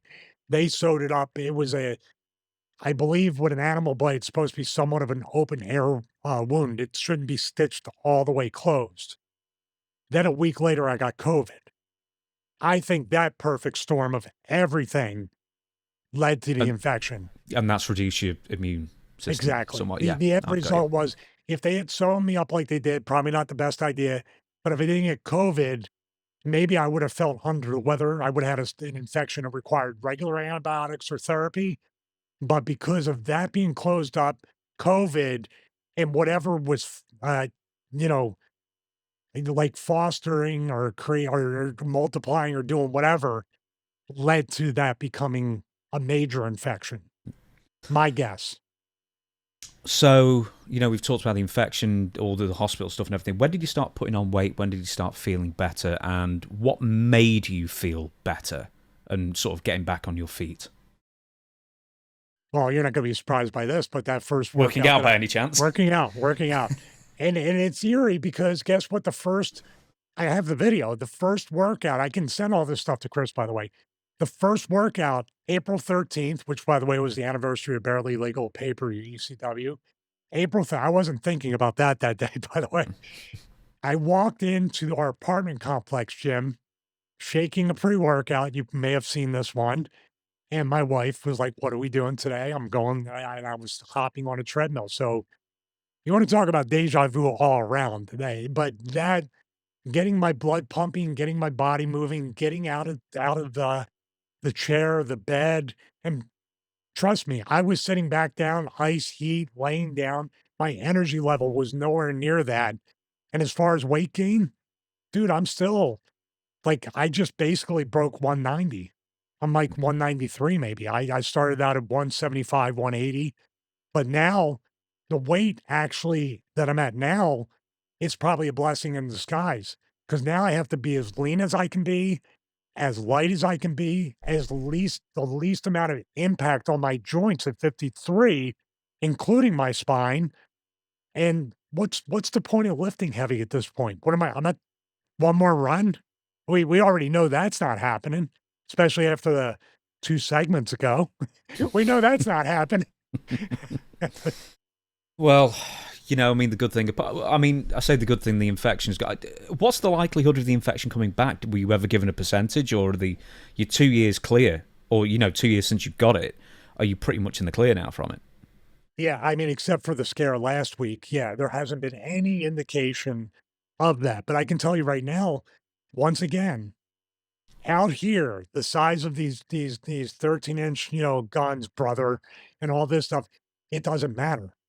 If my inside is not working correctly, if my joints aren't working, if I'm not doing the physical therapy and the prehab and rehab that I should have done instead of playing it fast and loose with your basic cardio weights, go back, drink my protein shake, brother. It can't be that way. It has to be minimum 75, 80% of that pre and post workout, and the workout itself has to be very light. That's why I created the resistance band programs, James, because for 20 years, I was fighting injuries. I was fighting and no access to the gyms. There was no 24-hour gyms. I needed to work out with bands and just do volume to still look somewhat TV ready throughout WWE and TNA. I got away from that. I got away from my own mission statement from my fitness business. I became a hypocrite. Now I'm forced to never be a hypocrite again. So, but I'm still an idiot. But a healthy one, or relatively I want healthy. to be a healthier idiot. That's what I tell my wife. That is There's absolutely the spirit. It's funny, when you were talking at the beginning, you were saying, from a while ago when you were in hospital again last week, and you were saying I was telling myself I needed to do this, and if I just like crawled in or rolled in, maybe I could get on the treadmill. It's like I use every excuse in the book to not go to the gym. You use every excuse in the book to go to the gym. It's like, man, we are polar opposites. And also you say, man, I'm barely getting to 190. It's like, man, I'm barely getting to 190 for completely different reasons, just because I'm a fat bastard now. You know what I mean? It's like good. It's polar opposites here, except we're somehow the same weight. Yeah, but you remember we told the story on one of our least viewed episodes talking about Ivory. I get that in there. Want to hear more about the RTC? Well, wait, we don't. Okay, but I was technically scared straight. No, the full episode did great. The clip didn't. Yeah, do that's great. why. Yeah, I was just looking up the full No, episode. the full yeah. episode did great. Oh, Ivory in that time in Wisconsin where we all weighed in for some weird reason that day, that was my scared straight moment where I never looked back. Now it didn't happen the next day or the next week or the next month or maybe the next year, but 1 pound is 1 pound too many. Being lazy is being way too lazy. Taking a day off is taking way too many days off. Now, the days I don't take off are not going to be 7 days a week of lifting, not going to be 7 days a week of tons of cardio. It's going to actually be a lot of fun in a way. See how crazy it's going to be fun because now I can kind of play around with different modalities like Pilates and yoga. Let me try this workout. Let me try this new recovery thing. There's and you know me, here's the person I am. The second I got out of the hospital, I'm emailing all these brands to try to collaborate with products and try to cold plunges, hot stuff, not hot stuff, the spray stuff. I'm never Yeah. using that. Right. Um, Teeter's always been a big collaborator with my fitness brand. So they're sending me new products like inversion tables, sending me a resistance band kind of platform trainer. So yeah, I'm trying to monetize the journey in a way, and I'm trying to help people, but also make it part of my business plan. Hmm. You got to turn a negative into a positive. Silver linings and all that. Yeah, Yeah. of course you do. On No that more, no basis, more silver beard though. Look, it's gone. do you know? I know it sounds weird, but I probably would. If you hadn't pointed it out, I might not have noticed that just the beard was gone. I don't know why. I think it's Really? just because I'm used to seeing you wrestling without a beard for so long. Hmm. I don't know. I'm That's sorry. weird. I am not that observant. I would have just gone, and You're then very just completely moved on. I hope it's Right because then. I'm your friend that you notice. In fairness, you see, my wife does the same thing all the time. It's like, what do you mean you don't notice I've had a haircut and wash and everything like that? It's like, one, I don't care. And two, I didn't notice. It's like, it looks exactly the same. It wasn't like I was coming and go, oh, I hope James notices. I hope James notices. I look hey, like in a girl, fairness, but I'm not that much of a girl. in fairness, I was like an absolute, right, because I didn't cut my hair for 6 months and then I cut it like a month ago. I did inform people, you know, Oh, I did do that. notice anything? It was that, yeah, I was doing that kind of thing, making it really obvious. Right, okay, we're going to move on. So that was the health portion of the episode, By the and way, now we're you going to just talk did about that. You just we got to put pop culture in here. I'm sorry to interrupt. pop That culture. was the opening of Face Off with Nicolas Cage dressed as the priest when the bomb was about to descend. He put his hands on his knees and he started moving his head around. That is excellent, by the way. And also, it's when he's singing, he goes, like, he does that weird face just for half a second. He does the thumbnail. He does Yeah. the thumbnail face. He does the thumbnail face. I think, right. Oh, anyway, no. Do you know what? It was too niche of a reference. I was going to say something. Jamil Painted. Doesn't matter. We're going to move on. JD McDonagh Moonsault is surprisingly what people have been shouting in the comments that we want to hear from. It's like, why isn't this video out yet? Well, it's because we don't record until a Wednesday, but this video will be out on. This will be the pre-video, I think, for the full episode, I guess. But anyway, this is what went wrong. So JD McDonagh, WWE Raw on Netflix, episode 4, I think now. He's going for a moonsault on Ivor. He was tagging a Dirty Dom against the Viking Raiders. We've got 2 different angles. One of them isn't very good. But that being said, Stevie, it's pretty obvious what went wrong, but in a sense it isn't obvious what went wrong. Why didn't the catch work? Over to you. Tell us what happened.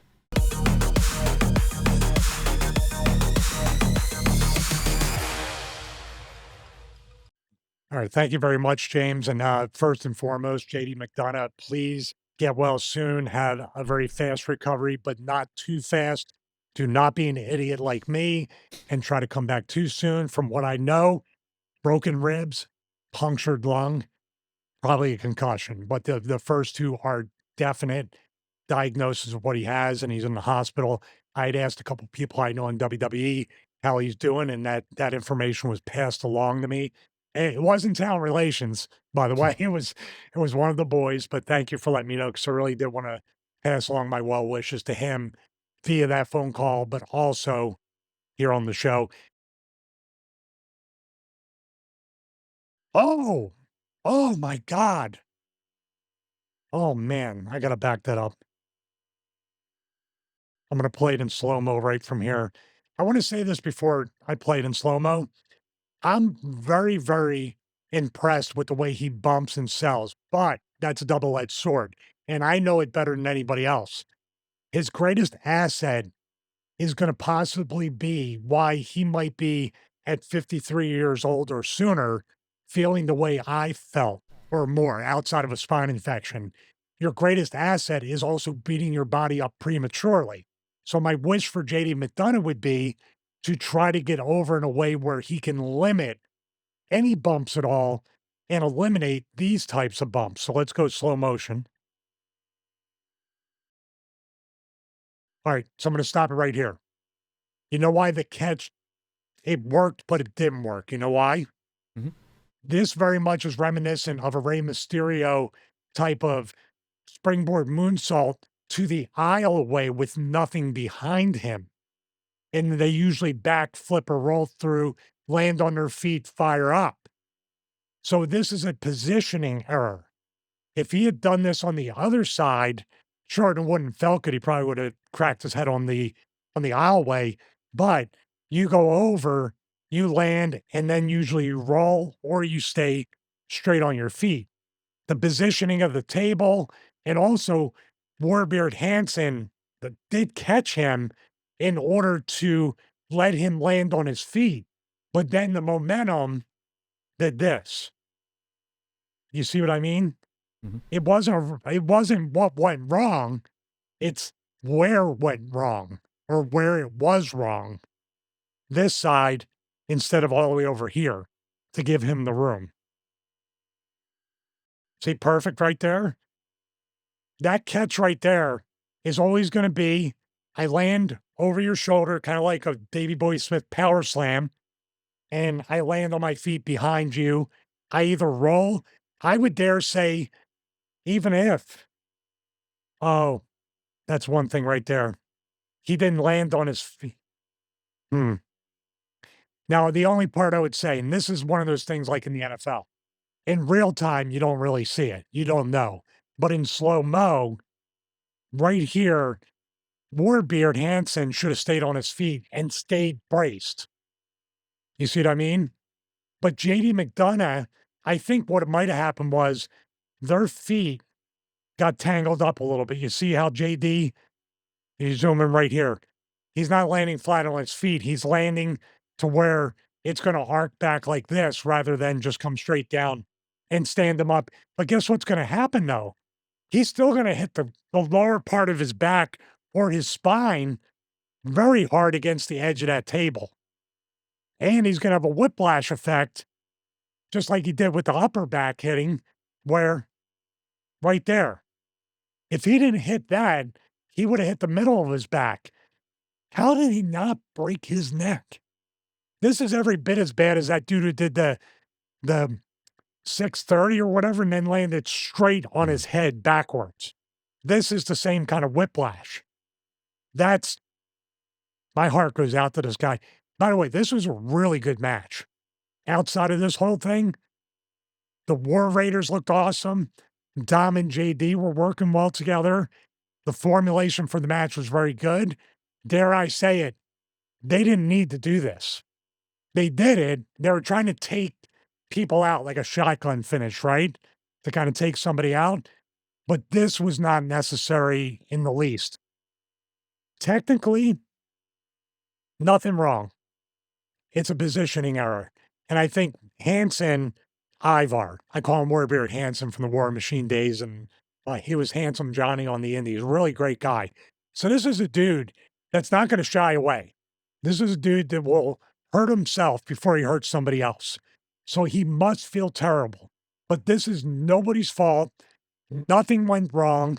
It should have just been on that side of the entryway where both guys could take a bump, separate, and then take their respective bumps away from each other. This was way too crowded. So, once again, please. Yeah, I don't know. And is the table pushed back? You see that right there? Mm. Or is that from where he hit? Oh, no, No, no, it's they almost have it. misaligned, isn't it? It's misaligned, but it doesn't matter because it doesn't matter. Even when it was Yeah. aligned, there's a space between when he hits, there's a space here. And then even if it's misaligned, there's still going to be like a space. He hit the corner no matter what. It's not going to, doesn't mean anything, but man, how did he, how did he break his ribs? Was it just the impact of was it his upper ribs up there? Yeah, well, I figure so. I'll tell you what. I'm going to give you the quotes that that JD gave on Twitter the next day, confirming the injuries. So he says, first off, thanks to everyone for the messages and the concern. I'm good. I've got a couple of broken ribs and a punctured lung. So I'm going to be out for a couple of months. All things considered, it could have been a lot worse. So I'm grateful for that. See you in a bit. And you're right. He could have had some real severe whiplash. I mean, you see how hard his neck snaps back on that. I would assume broken neck before 2 broken ribs and a punctured lung, but take it from somebody that had a collapsed lung from a lung biopsy. But dude, what I don't do these things, and maybe I did them just so we can have a show in 2025 and not run out of topics, but he's lucky he didn't break his neck, and I'm sure they did films, they did MRIs, they did CT scans, they did all sorts of brain stuff. You gotta check this guy out again. If he doesn't have a hairline fracture, if he doesn't have a herniation, this is a part to do not only rehab, but prehab for this. And the way this guy bumps is so vicious and intense. He knocks himself silly on mostly every bump. He bumps hard, man. And he needs to not bump less hard or work less hard, but he's got to do something to protect his body. What is he? He's got to be 25, 30 at the oldest. This is just way too young to have these injuries. I'm just looking. He was born in 1990, so 35. 25, 35, 30, yes. He'd be 35 in March. I think, man, he's a young looking 35, but the body is not a young 35, right? The body No. will tell you how old you are. My heart goes out to him, his family, anybody in his loved ones, his friends. But one thing I will say repeatedly, nothing went wrong as far as Ivar Hansen catching him improperly, not catching him doing the move wrong, him doing the move and overshooting him. Everything was supposed to be the positioning of this is shoulder, take him down, land on your feet. If you can stay upright and fire up, great. If you do that, you roll backwards and you sell. That's the way it should have been. If it was on the other side, it probably would have worked out okay. But he's got a concussion too. I don't care what anybody says. I'm going to take it back. You look at that full screenshot. How can you get that whiplash and not have a concussion? A concussion isn't the big chair shot or anything like that. It's any movement where the brain smacks up against your skull. If you're telling me right here that his brain did not smack up against his skull and pinball back and forth, no, no way, dude. I was going to suggest, was there not a question of over rotation? I mean, could he have not? I mean, I suspect, he could have done because he's talented enough, just done more of a traditional moonsault where he isn't rolling through, just doing, body on body, just upside down kind of thing. Excellent, excellent point. Now, I want to bring up here, right here. This is the point of impact on Ivar. Now, we talked about Scott Hall earlier. Cody Hall suffered a neck injury in Japan against, I think, the Young Bucks. They did a similar moonsault. I think it was on the outside from the plea. I'm not sure. They came right down on his head. So if he came down and didn't over rotate and came straight down, he could have compressed his neck. He could have injured his shoulder. He could have dislocated his shoulder. In other words, the motion of this to almost graze or do a glancing blow. And also, when JD lands, here's the thing too. In the aisleway, if you want the guy to take a bump, you're doing a moonsault, you come down, your arms literally can hook his chest and his shoulders and pull him down as you come down.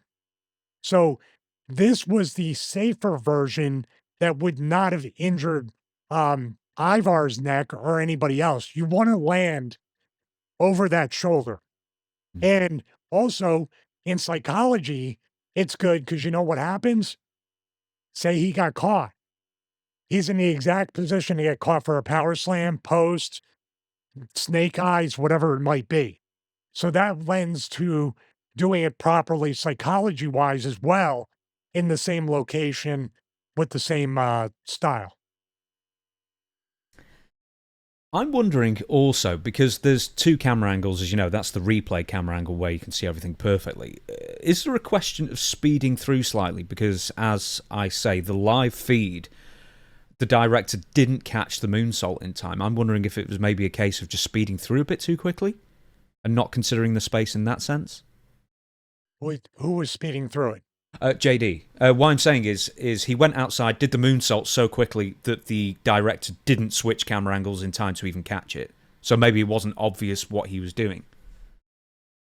Well, I mean, also, all right, that's a whole nother topic for a whole nother episode, possibly, because my guess is that they're still getting used to a wrestling show production.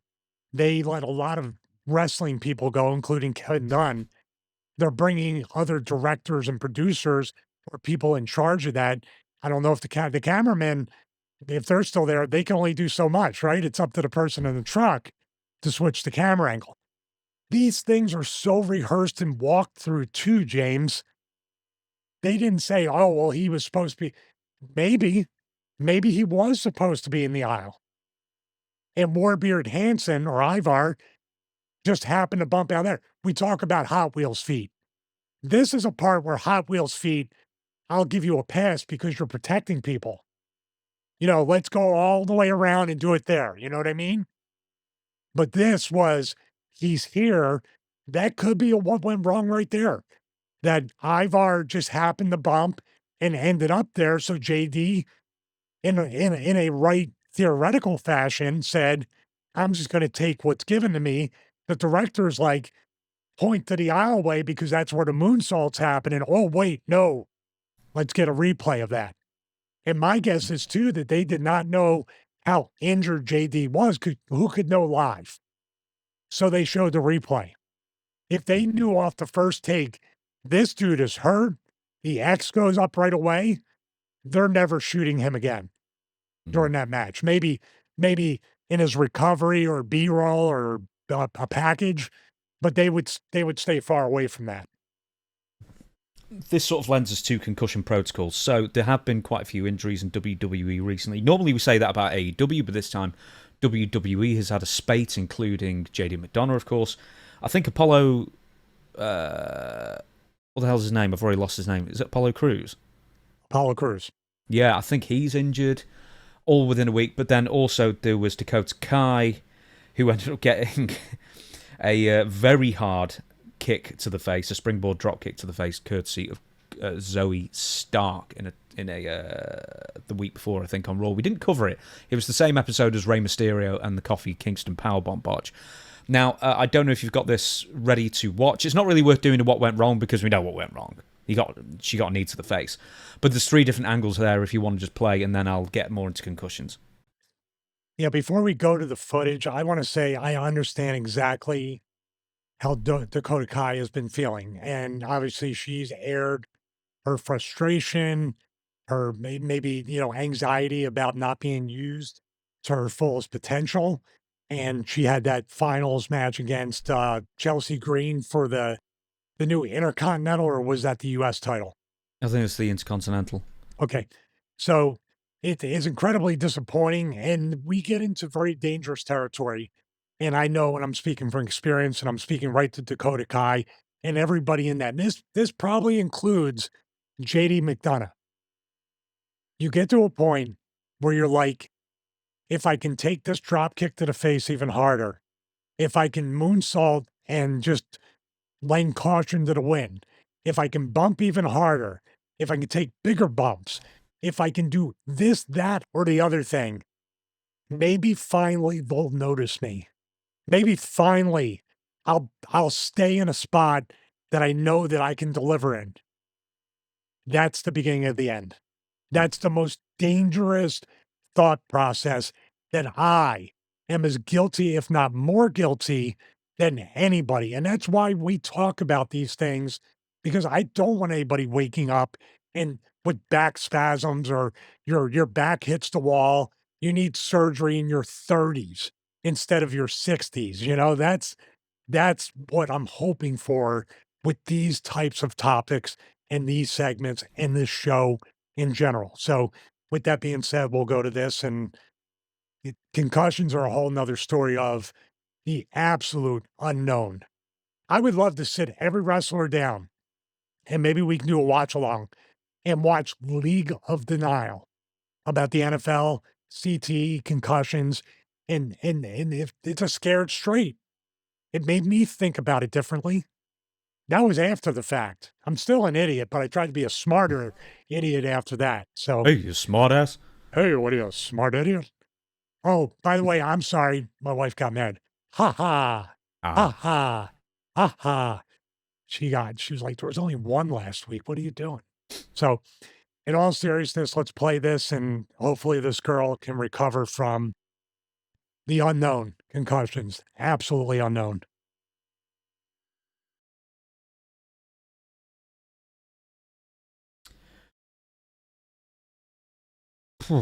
That was it right Yeah. there. Okay. Yeah.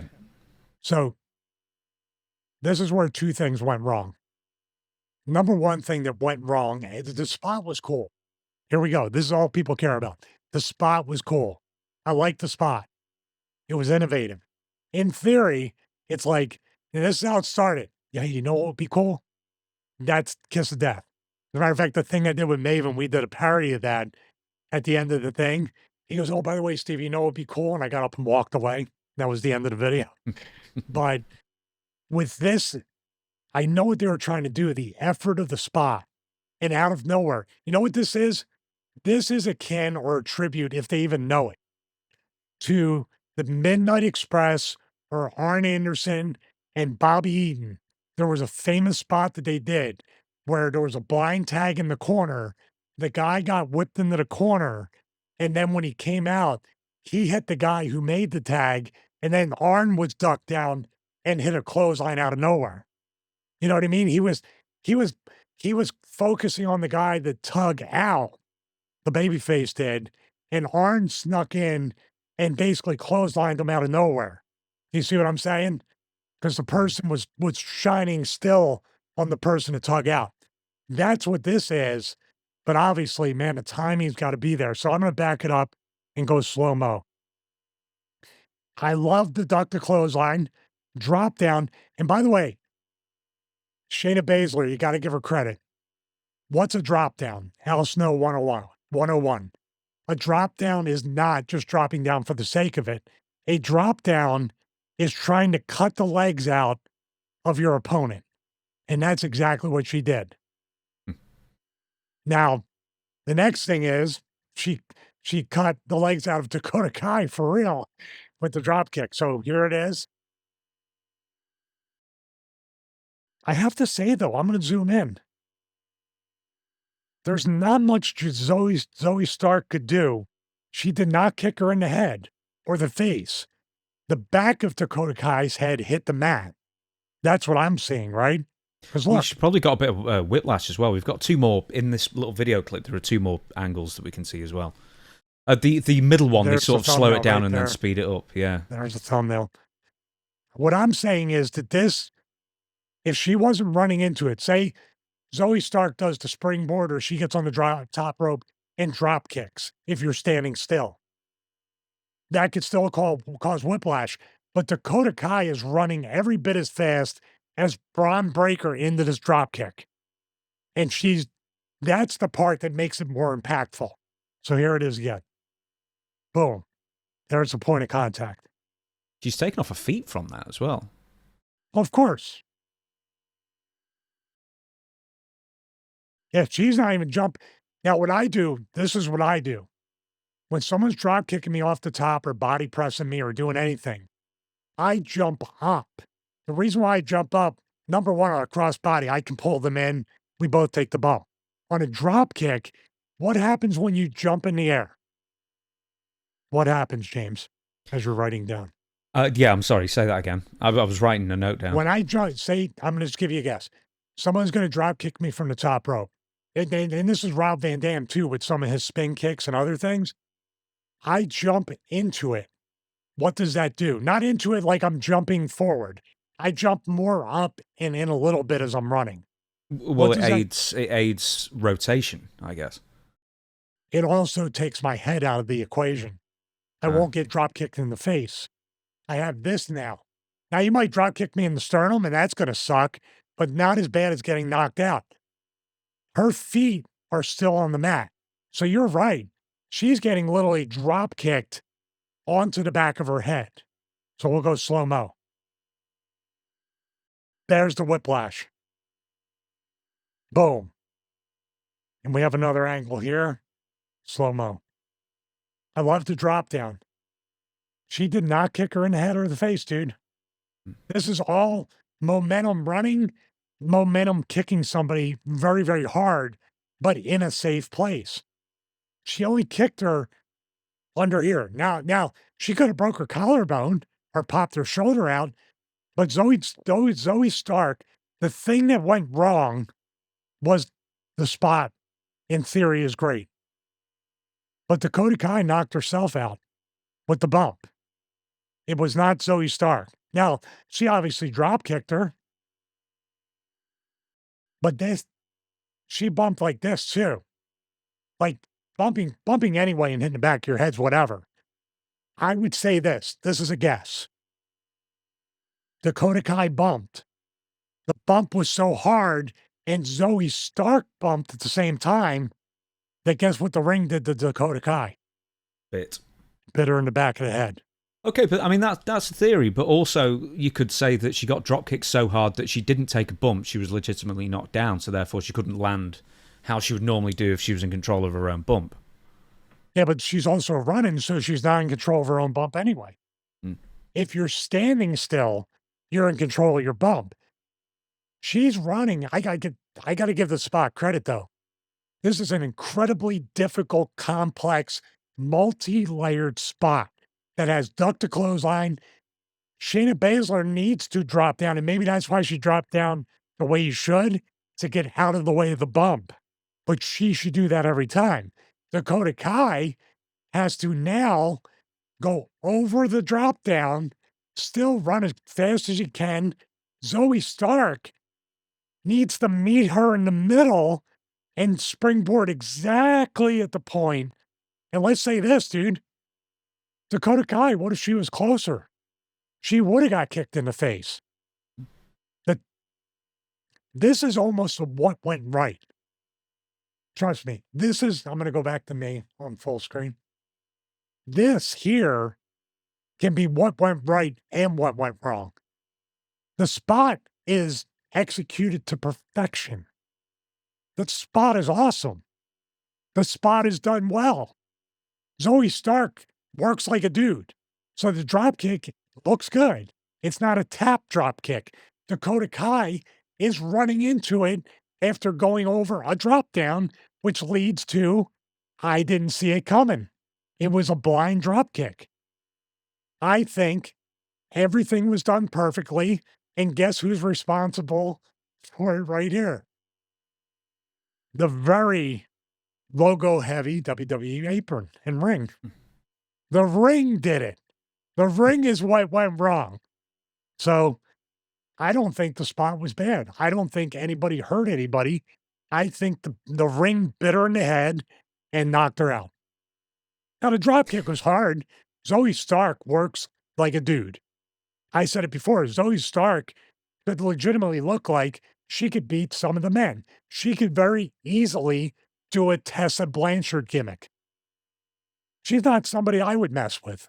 I mean, all three of them are shooters, but I'm just saying she's somebody that legitimately looks like she can hang with the guys. So I think this was just an unfortunate side effect of a very well done spot. That, excuse me. That being said, Did I win over the Penta fans with that? yeah. With with that being dial stabbed me in my lower back. I said that on Russo's show. That Penta thing again, isn't it? Goodness me. That being said, concussion protocols. So Dakota Kai ends up with a concussion. She's on the sidelines until doctors decide that she's over it, basically, which is fine. And absolutely what you should be doing. Now, we're going to be talking about, obviously, concussion protocol now, but I want to compare it to back in the day. And I know you're probably stifling a laugh as I say Concussion Protocol back in the late 90s and 2000s. That being said, what was Concussion Protocol in WWE, TNA, WCW, ECW, but WWF, WWE especially? Was there any Concussion Protocol? Would you dare even tell the agents or whoever that you had a concussion? Can we fill in the time with some royalty-free knockoff version of the Jeopardy music where I'm expected to give an answer? Why don't I Uh, do Herb Albert? So Fandango. Dun, dun, dun, dun. Oh, that's all right. Here's the way Concussion Protocol used to work in wrestling. You're still good to go out there, right? Right? You feel good, right? How many fingers am I holding up?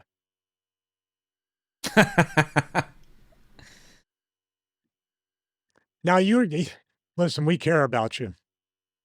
You're going to lose your spot, but the most important thing is your health. So you are good to go out there, right? I'm paraphrasing it, but it is very much let's go back to the Tony Storm thing because I think this needs context. What happened to Tony Storm when she came back? Like, what was the impact she made coming back after being off for 4 months? Fairly big, but then it was a tired crowd. She got some sort of reaction, but then obviously she wasn't the timeless Tony Storm that people were expecting. She Is was it the same as when she was there the first time? Would it have been the same if she never went away? It would have been much more. She would have been much more over as a character. The show that went from a stadium to an arena probably would have sold a lot more tickets because she was on the show and figured in over those 4 months. I'm trying to put this as delicately as I can, but the reason why the boys and the girls work through injuries and are afraid of losing their spots is because they are going to lose their spots. Simple as that. You may not lose how can I say? You may not lose a place, a spot on the show. You still might be figured in some way, somehow, but your spot is gone and somebody will take your spot. Now it's up to creative to say, how do we keep them in that spot without compromising physically their medical condition? That's where creative is really, they fall far short. They're way too lazy, in my estimation, when you're handed a timeless Tony Storm, possibly the most original, innovative gimmick, not only in AEW, but recent history. That's my take. And you piss it away, as she would say.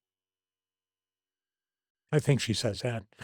She says other cool old-timey stuff. She probably said it. WWE then, when you were there, were concussions ever considered a big deal ever? Because I'm sure when Chris Nowinski, and we could watch that at some point as what went wrong, but Chris Nowinski he retired due to concussions, and I bet there were some people in the company just going, well, he should have just sucked it up and just carried on. That kind of thing, because your arm isn't hanging off. You just quoted it word for word. Exactly what people said in the locker room. Oh, genuinely? Is that the Genuinely, reaction? he's a P word. Crybaby. He's not tough. He doesn't want it. Yeah, all that BS. Did you get it? Did you ever confide in anyone that you had a concussion and they said, well, get out there? I mean, I know we sort of hinted at it at the beginning, but... Oh, yeah, I confided I had a concussion after the first Heidenreich match, and they gave me 2 more Heidenreich matches. They rewarded you. So I was like, I feel great, guys. Nothing's wrong. And I was off the next week. It worked. Yeah, I always and that's something where there's many different elements during my course in my career, especially in WWE, that I wish I could have spoken up. And as a man now, retelling these stories, and I would love to say, yeah, I spoke up and I was a real man about it, but I wasn't. I kept my mouth shut. Now, I always went up to the talent and gave them advice and told them not to do certain things. And they'll be like, well, I'll get heat if I don't get the heat. It's better than not remembering your name. Or if I was in the ring with them, I would give them much more stuff to do to me and sacrifice maybe my own mini push or whatever to protect them. There was a local that came in that that had a concussion, and I refused to do certain moves to the local because they had that concussion. They didn't admit to it, but I could tell, and I gave them more in the match, and they never gave me another enhancement match after that. But I don't care. I don't care because that dude is hopefully living a healthy life. Because I didn't have to get my Stevie bomb in or my double underhook DDT or kick him in the face or what. Who cares? So when did the tide change then, as far as concussions in pro wrestling? I mean, it changed in, sports and everywhere else a lot quicker than it did in pro wrestling. They seem to be dragged kicking and screaming. I mean, now I think they gave like bursaries to Chris Nowinski's foundation, and they had him round a couple of times to give speeches to everyone about concussions and CTE and everything else. But I mean, was it Chris Benoit when they started taking it more seriously? Because I feel it was even longer after that. I'm trying to think because we had Dr. Black. That guy was part of the wellness policy. I don't know about the actual concussion part of it.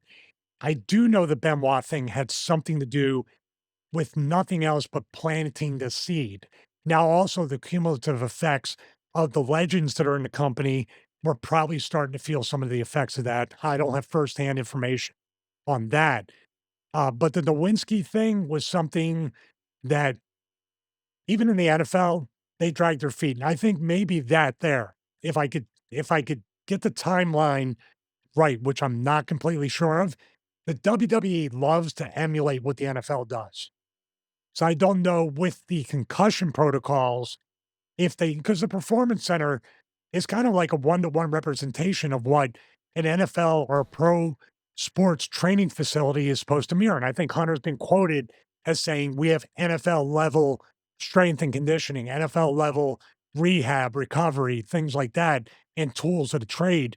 So I would dare say that it might have been the push from the NFL within its own entity and work with Nowinski that was like, kind of copycatting that in a good way. I don't know how long it took for WWE or if there was one incident with that Mm. that said, He was dismissed for a while. He was dismissed for a long no, no, time. no, Nowinski was. No, I'm saying how long it took them to finally come around, Yeah. or if the NFL came around, so then the WWE copied the NFL. Mm. I'm saying I don't know what it took or if it was one incident with one of their favorites, one of the people that are figured in, one of the people they do consider to be within their family, their wrestling family, that said, "Oh, now we better start paying attention." That's my educated assumption, but I'm not sure. Now with me, it's it used to legitimately be the Tony Khan 60-second Matt Hardy concussion protocol. You feel okay? Get back out there. Mm. Now, that being said, it's funny because I actually mentioned AEW, and do you remember a few years ago, I was in like a stadium stampede where Matt Hardy's head got absolutely rocked in Yeah, one with of Sammy those? And Guevara off that scissor lift. No, yeah, absolutely. that was the stadium thing where they fought isn't it the same show where they fought on the football field, like Yeah, Jericho and them?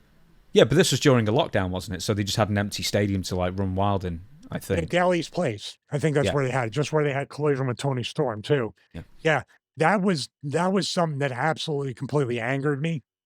And I got heat for being angered over my friend being hurt. Like why you don't need to take up for Matt. He's a huge star. That was the exact reasoning. Like he's my friend. I don't care. Or you're never gonna work in AEW with that attitude. Good. I don't need Tony Khan doing that. That being said, I thought that if a performer sustains a concussion in WWE or AEW or TNA or whatever it is nowadays, that the match is supposed to be stopped. But that all and these companies may even have the absolute best of intentions when it comes to concussions now. The problem is you're in a business where people, performers, are pretending to be hurt when they're not, or pretending they're not hurt when they are. How the heck do you differentiate between those two? And then who's it up to stop a match? Is it a referee? Is it a doctor? In practical terms, how could this work in the modern day? That is an excellent question because when you were talking, what I'm thinking about that might have been why that concussion lawsuit got thrown out. It's such a gray area, and I could be speaking out of turn on that, but yes, how in the world do you take a scripted, choreographed product where we're selling people on the idea that we're making pretend that we're hurting each other and ourselves, but now this here is the real thing. Like, this is the real thing now. How do we you either suspend disbelief completely or you bring the reality of it into it. And now the fans are confused. That also just on a I'm just talking about strictly from a theoretical level. Do you think that hurts the business because we don't know what to believe and what not to believe? With that, just because you mentioned the concussion lawsuit, I think the reasoning for that being thrown out was, and as soon as I heard this coming out in like 2015 or whatever it was, I could have told you exactly the reason. And the reason is because how do you prove that the concussion that you may have CT or be injured now happened in a WWE ring? How can you not prove it was in another ring because you've been on the indies or whatever? There was only a couple of people on that list, and one of them is an example. I don't think he was on it, but an example I'd give is Enzo Amore, because he started in NXT. He didn't go on the indies, and then he had his entire career in WWE in WWE. If he'd never wrestled afterwards, he may have had a claim. But absolutely everyone else, pretty much. I'm not saying Enzo was on the lawsuit, I'm giving him as an example. But pretty much, apart from one or two other people on the list, everybody had wrestled elsewhere. A lot of them in ECW, for example. You know, like Sabu put his name on the list, and Demolition put their names on the list. And it's like, how can you prove conclusively that and this is also why you're an independent contractor, you're responsible for your own, well-being, of course, wink, wink, wink. But that's why it failed, because it was unbelievably flawed from the off. It's just such a gray area when you're talking about making sure I have levels. We've been in 2 hours and nobody heard anything from me, but we have levels. Don't worry. Or don't you worry, as James would say, take a drink. Um, it's an Do incredible I say thing. that? You say, don't you worry to me. Do You I? taught me not to worry. Don't when I Matt, say but you pick on these catchphrases that apparently I never even realised I had. It's I'm like yours. The one I know I do now is "Be that as it may." That I do say that. or with that being said, which I picked that up being on said. you, if you've been a great influence on me, crack on. You haven't said on purpose, I think. And of course, you say what I've already forgotten that you said. CTE lawsuit coming in. Yeah, round two. It's Be such that as it may, WWE. Okay, so how do they implement this then? So they've got a concussion protocol that they can't implement because unless you are absolutely knocked out, like that low key thing that we saw a few weeks ago. you do that, you bring Loki in, you're like guaranteed a concussion every day. Yeah, absolutely. For goodness sake, $350 minimum for that. So what do? I have no idea. What you do is you err on the side of caution. You look at the move set. You don't have these things. They brought. By the way, let's revisit this. You basically made the pile driver a finish that could stretch your people out. And what have you done with that goodwill, the believability with the fans since the Randy Orton one and the Cody one? What have you done? You tease it here and there, right? But you haven't done anything, right? So now, and that's where it blurs the lines too. The cradle pile driver or the regular pile driver takes Randy Orton out for months. Cody Rhodes is stretchered. He does that at the Royal Rumble. Cody kicks out and wins with 3 crossroads. Now you don't know what a concussion is or what a stretcher is. They do it to themselves, James. We have a universe in wrestling where you can be as creative as you want, but you need to stay within the universe and, more importantly, the guardrails that you create to bring it as close to a reality that everybody, right down to the lowest common denominator of people to understand it. That's where they get it wrong. That's why it's confusing, and and maybe that's what saved them from a lawsuit. So what confuses the fans has also benefited them to not to pay a retroactive lawsuit of maybe millions or billions of dollars out. Now, one thing I would have suggested, well, the referees need to be trained, medically trained, at least in first aid, that kind of thing. And also, if you think somebody's knocked out, the referee should be the one to make the call. Are you hurt? Here's the problem. Pro wrestlers aren't. Pro wrestlers are the same as MMA fighters or rugby players or NFL or whatever it might be. They want to tough it out. They want to be seen as tough. They want to get through the match. They want the plaudits. And also, they may not realise how hurt they are as well, especially with a head injury. So you could just automatically say, yeah, I'm fine. And you don't even know you've said it. You know, that kind of thing. So a ringside doctor's not going to be any help because they won't know. They're not in the ring. They won't know what they're seeing as well as a referee might. And then the referee's probably going to get lied to as well. So unless you're absolutely sparked clean out, how does one do anything? Here's the other thing. Just because I forgot to mention it with JD. Maybe you mentioned it. I didn't catch it. He collapsed in the back when he got through the curtain and he collapsed a gorilla. So you only realise how hurt someone is, for the most part, when they get to the back. When the adrenaline is reduced, when you finally come back down from the high. There is a story. We have to examine it more because I heard this story. There was a doctor, and that's where you run into it, especially with the NFL. Did it for a little while. They had their own doctors that would say, oh, he doesn't have a concussion. Then they had to go to a third party. WWE had their own doctors, trainers for a long time. Then what are you going to do? You're a company doctor. You're a company trainer. Of course you're going to side with WWE. I don't know what it's like today, but they need a true independent voice that no repercussions will come for making that objective decision on a talent. WWE will never let that happen. They need to control every narrative. So you might have a third party, and I believe there was the doctor who I had a really great relationship with, was a great guy, awesome dude. I'm not sure if this happened, but I know that there was a thing where he did say, this person so-and-so is suffering this. And he wasn't around much longer after that. What would happen if, I mean, you basically said, but I'm saying in 2025, I know you've got to, surmise a bit more now. But what would happen if a referee or a doctor stopped a match early? One thing might happen in that sense, but what would happen if they stopped a match early and they were wrong? Well, better be wrong and safe than be wrong and someone dead. Or someone with a permanent condition. You know, you should ask, and this would be a great interview. Jimmy Corderas would be a great person, or a Mike Chioda, to ask how, if they've ever stopped a match on their own without being told, because they do have the earpiece. So if it's a call from Gorilla, it's an easy call. If it's their call and then they're being yelled at by Vince, like, what are you doing? Blah, blah, blah. And that's the thing about Vince, too. I've seen certain elements. This is where the Jekyll and Hyde identity of this company and this man. I've seen times where things have happened and Vince has been completely heartless about this. Then I've seen stuff happen where Vince looks like he's almost on the verge of tears because it's like, oh my God, I hope he's going to be all right. Or end the match. End the match now. This guy's hurt. You see what I mean? But you never know what the old man's going to be like when he wakes up. You don't know what you're going to get. But I have seen him, like, legitimately, like, end it. This person's going to get hurt, and have that kind of empathy for it and not care about the result or the finish or the storyline or the angle.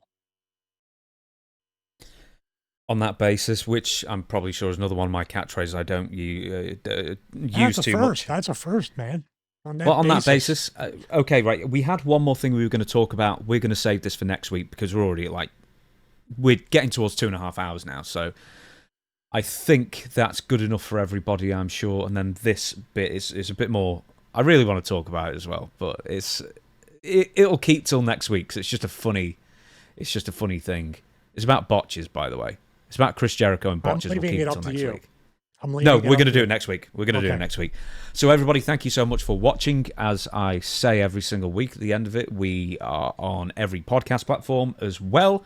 If you want to just hear the audio or you can't watch the video for any reason, it is there for you. But every single new episode is out on Friday. I think it's 2 p.m. Eastern. It's always 7 p.m. for me, but it's 2 p.m. Eastern, so we sort of work off that. And I'm trying to think if there's anything else we need to say apart from YouTube channels and stuff like that. Apart from that, that's 4. So your wife will be happy. Yes. I'll leave it up to you. You do all the plugs and stuff and take us out with the Patreon. All right. Well, thank you very much for watching episode 31 of the Stevie Richards Show. Just thank you in general. I'm very grateful to be sitting here relatively pain-free with my friend James. Check out James's channel as well, James Romero, and all the stuff. Go ahead, do it. Ah, that was about what in the blue hell? that was like Hugh Grant attempting it. You sound like me when the morphine kicked in on set. That's kind of what it was like. So I want to thank everybody for watching the show. Once again, patreon.com/Stevie Richards. James is joining me now on a full-time basis. We have many watch-alongs each and every week, a new watch-along, including we recorded the Colonel DeBeer Scott Hall anabolic steroids promo from the AWA. So, like as James would say, don't you worry. It might not be on YouTube, but it will be on Patreon. Check it out. Thank everybody on the $1 Thank You Brother tier, as well as the $8 producer tier. In my insane mind, by the way, I may actually have a Patreon exclusive presentation of the show, because I always want to buy templates and do different stuff with my software. James is shaking his head already. So I want to thank everybody out there. James has 2 books, one on the rock, one on Own Heart. I have Stevie Richards Fitness, and we also have another channel. We're trying to figure out what that is going to be. But for this channel, for James, for Chris, for myself, and for my broken back, thank you guys. See you next week for episode 32. Maybe. Ha ha.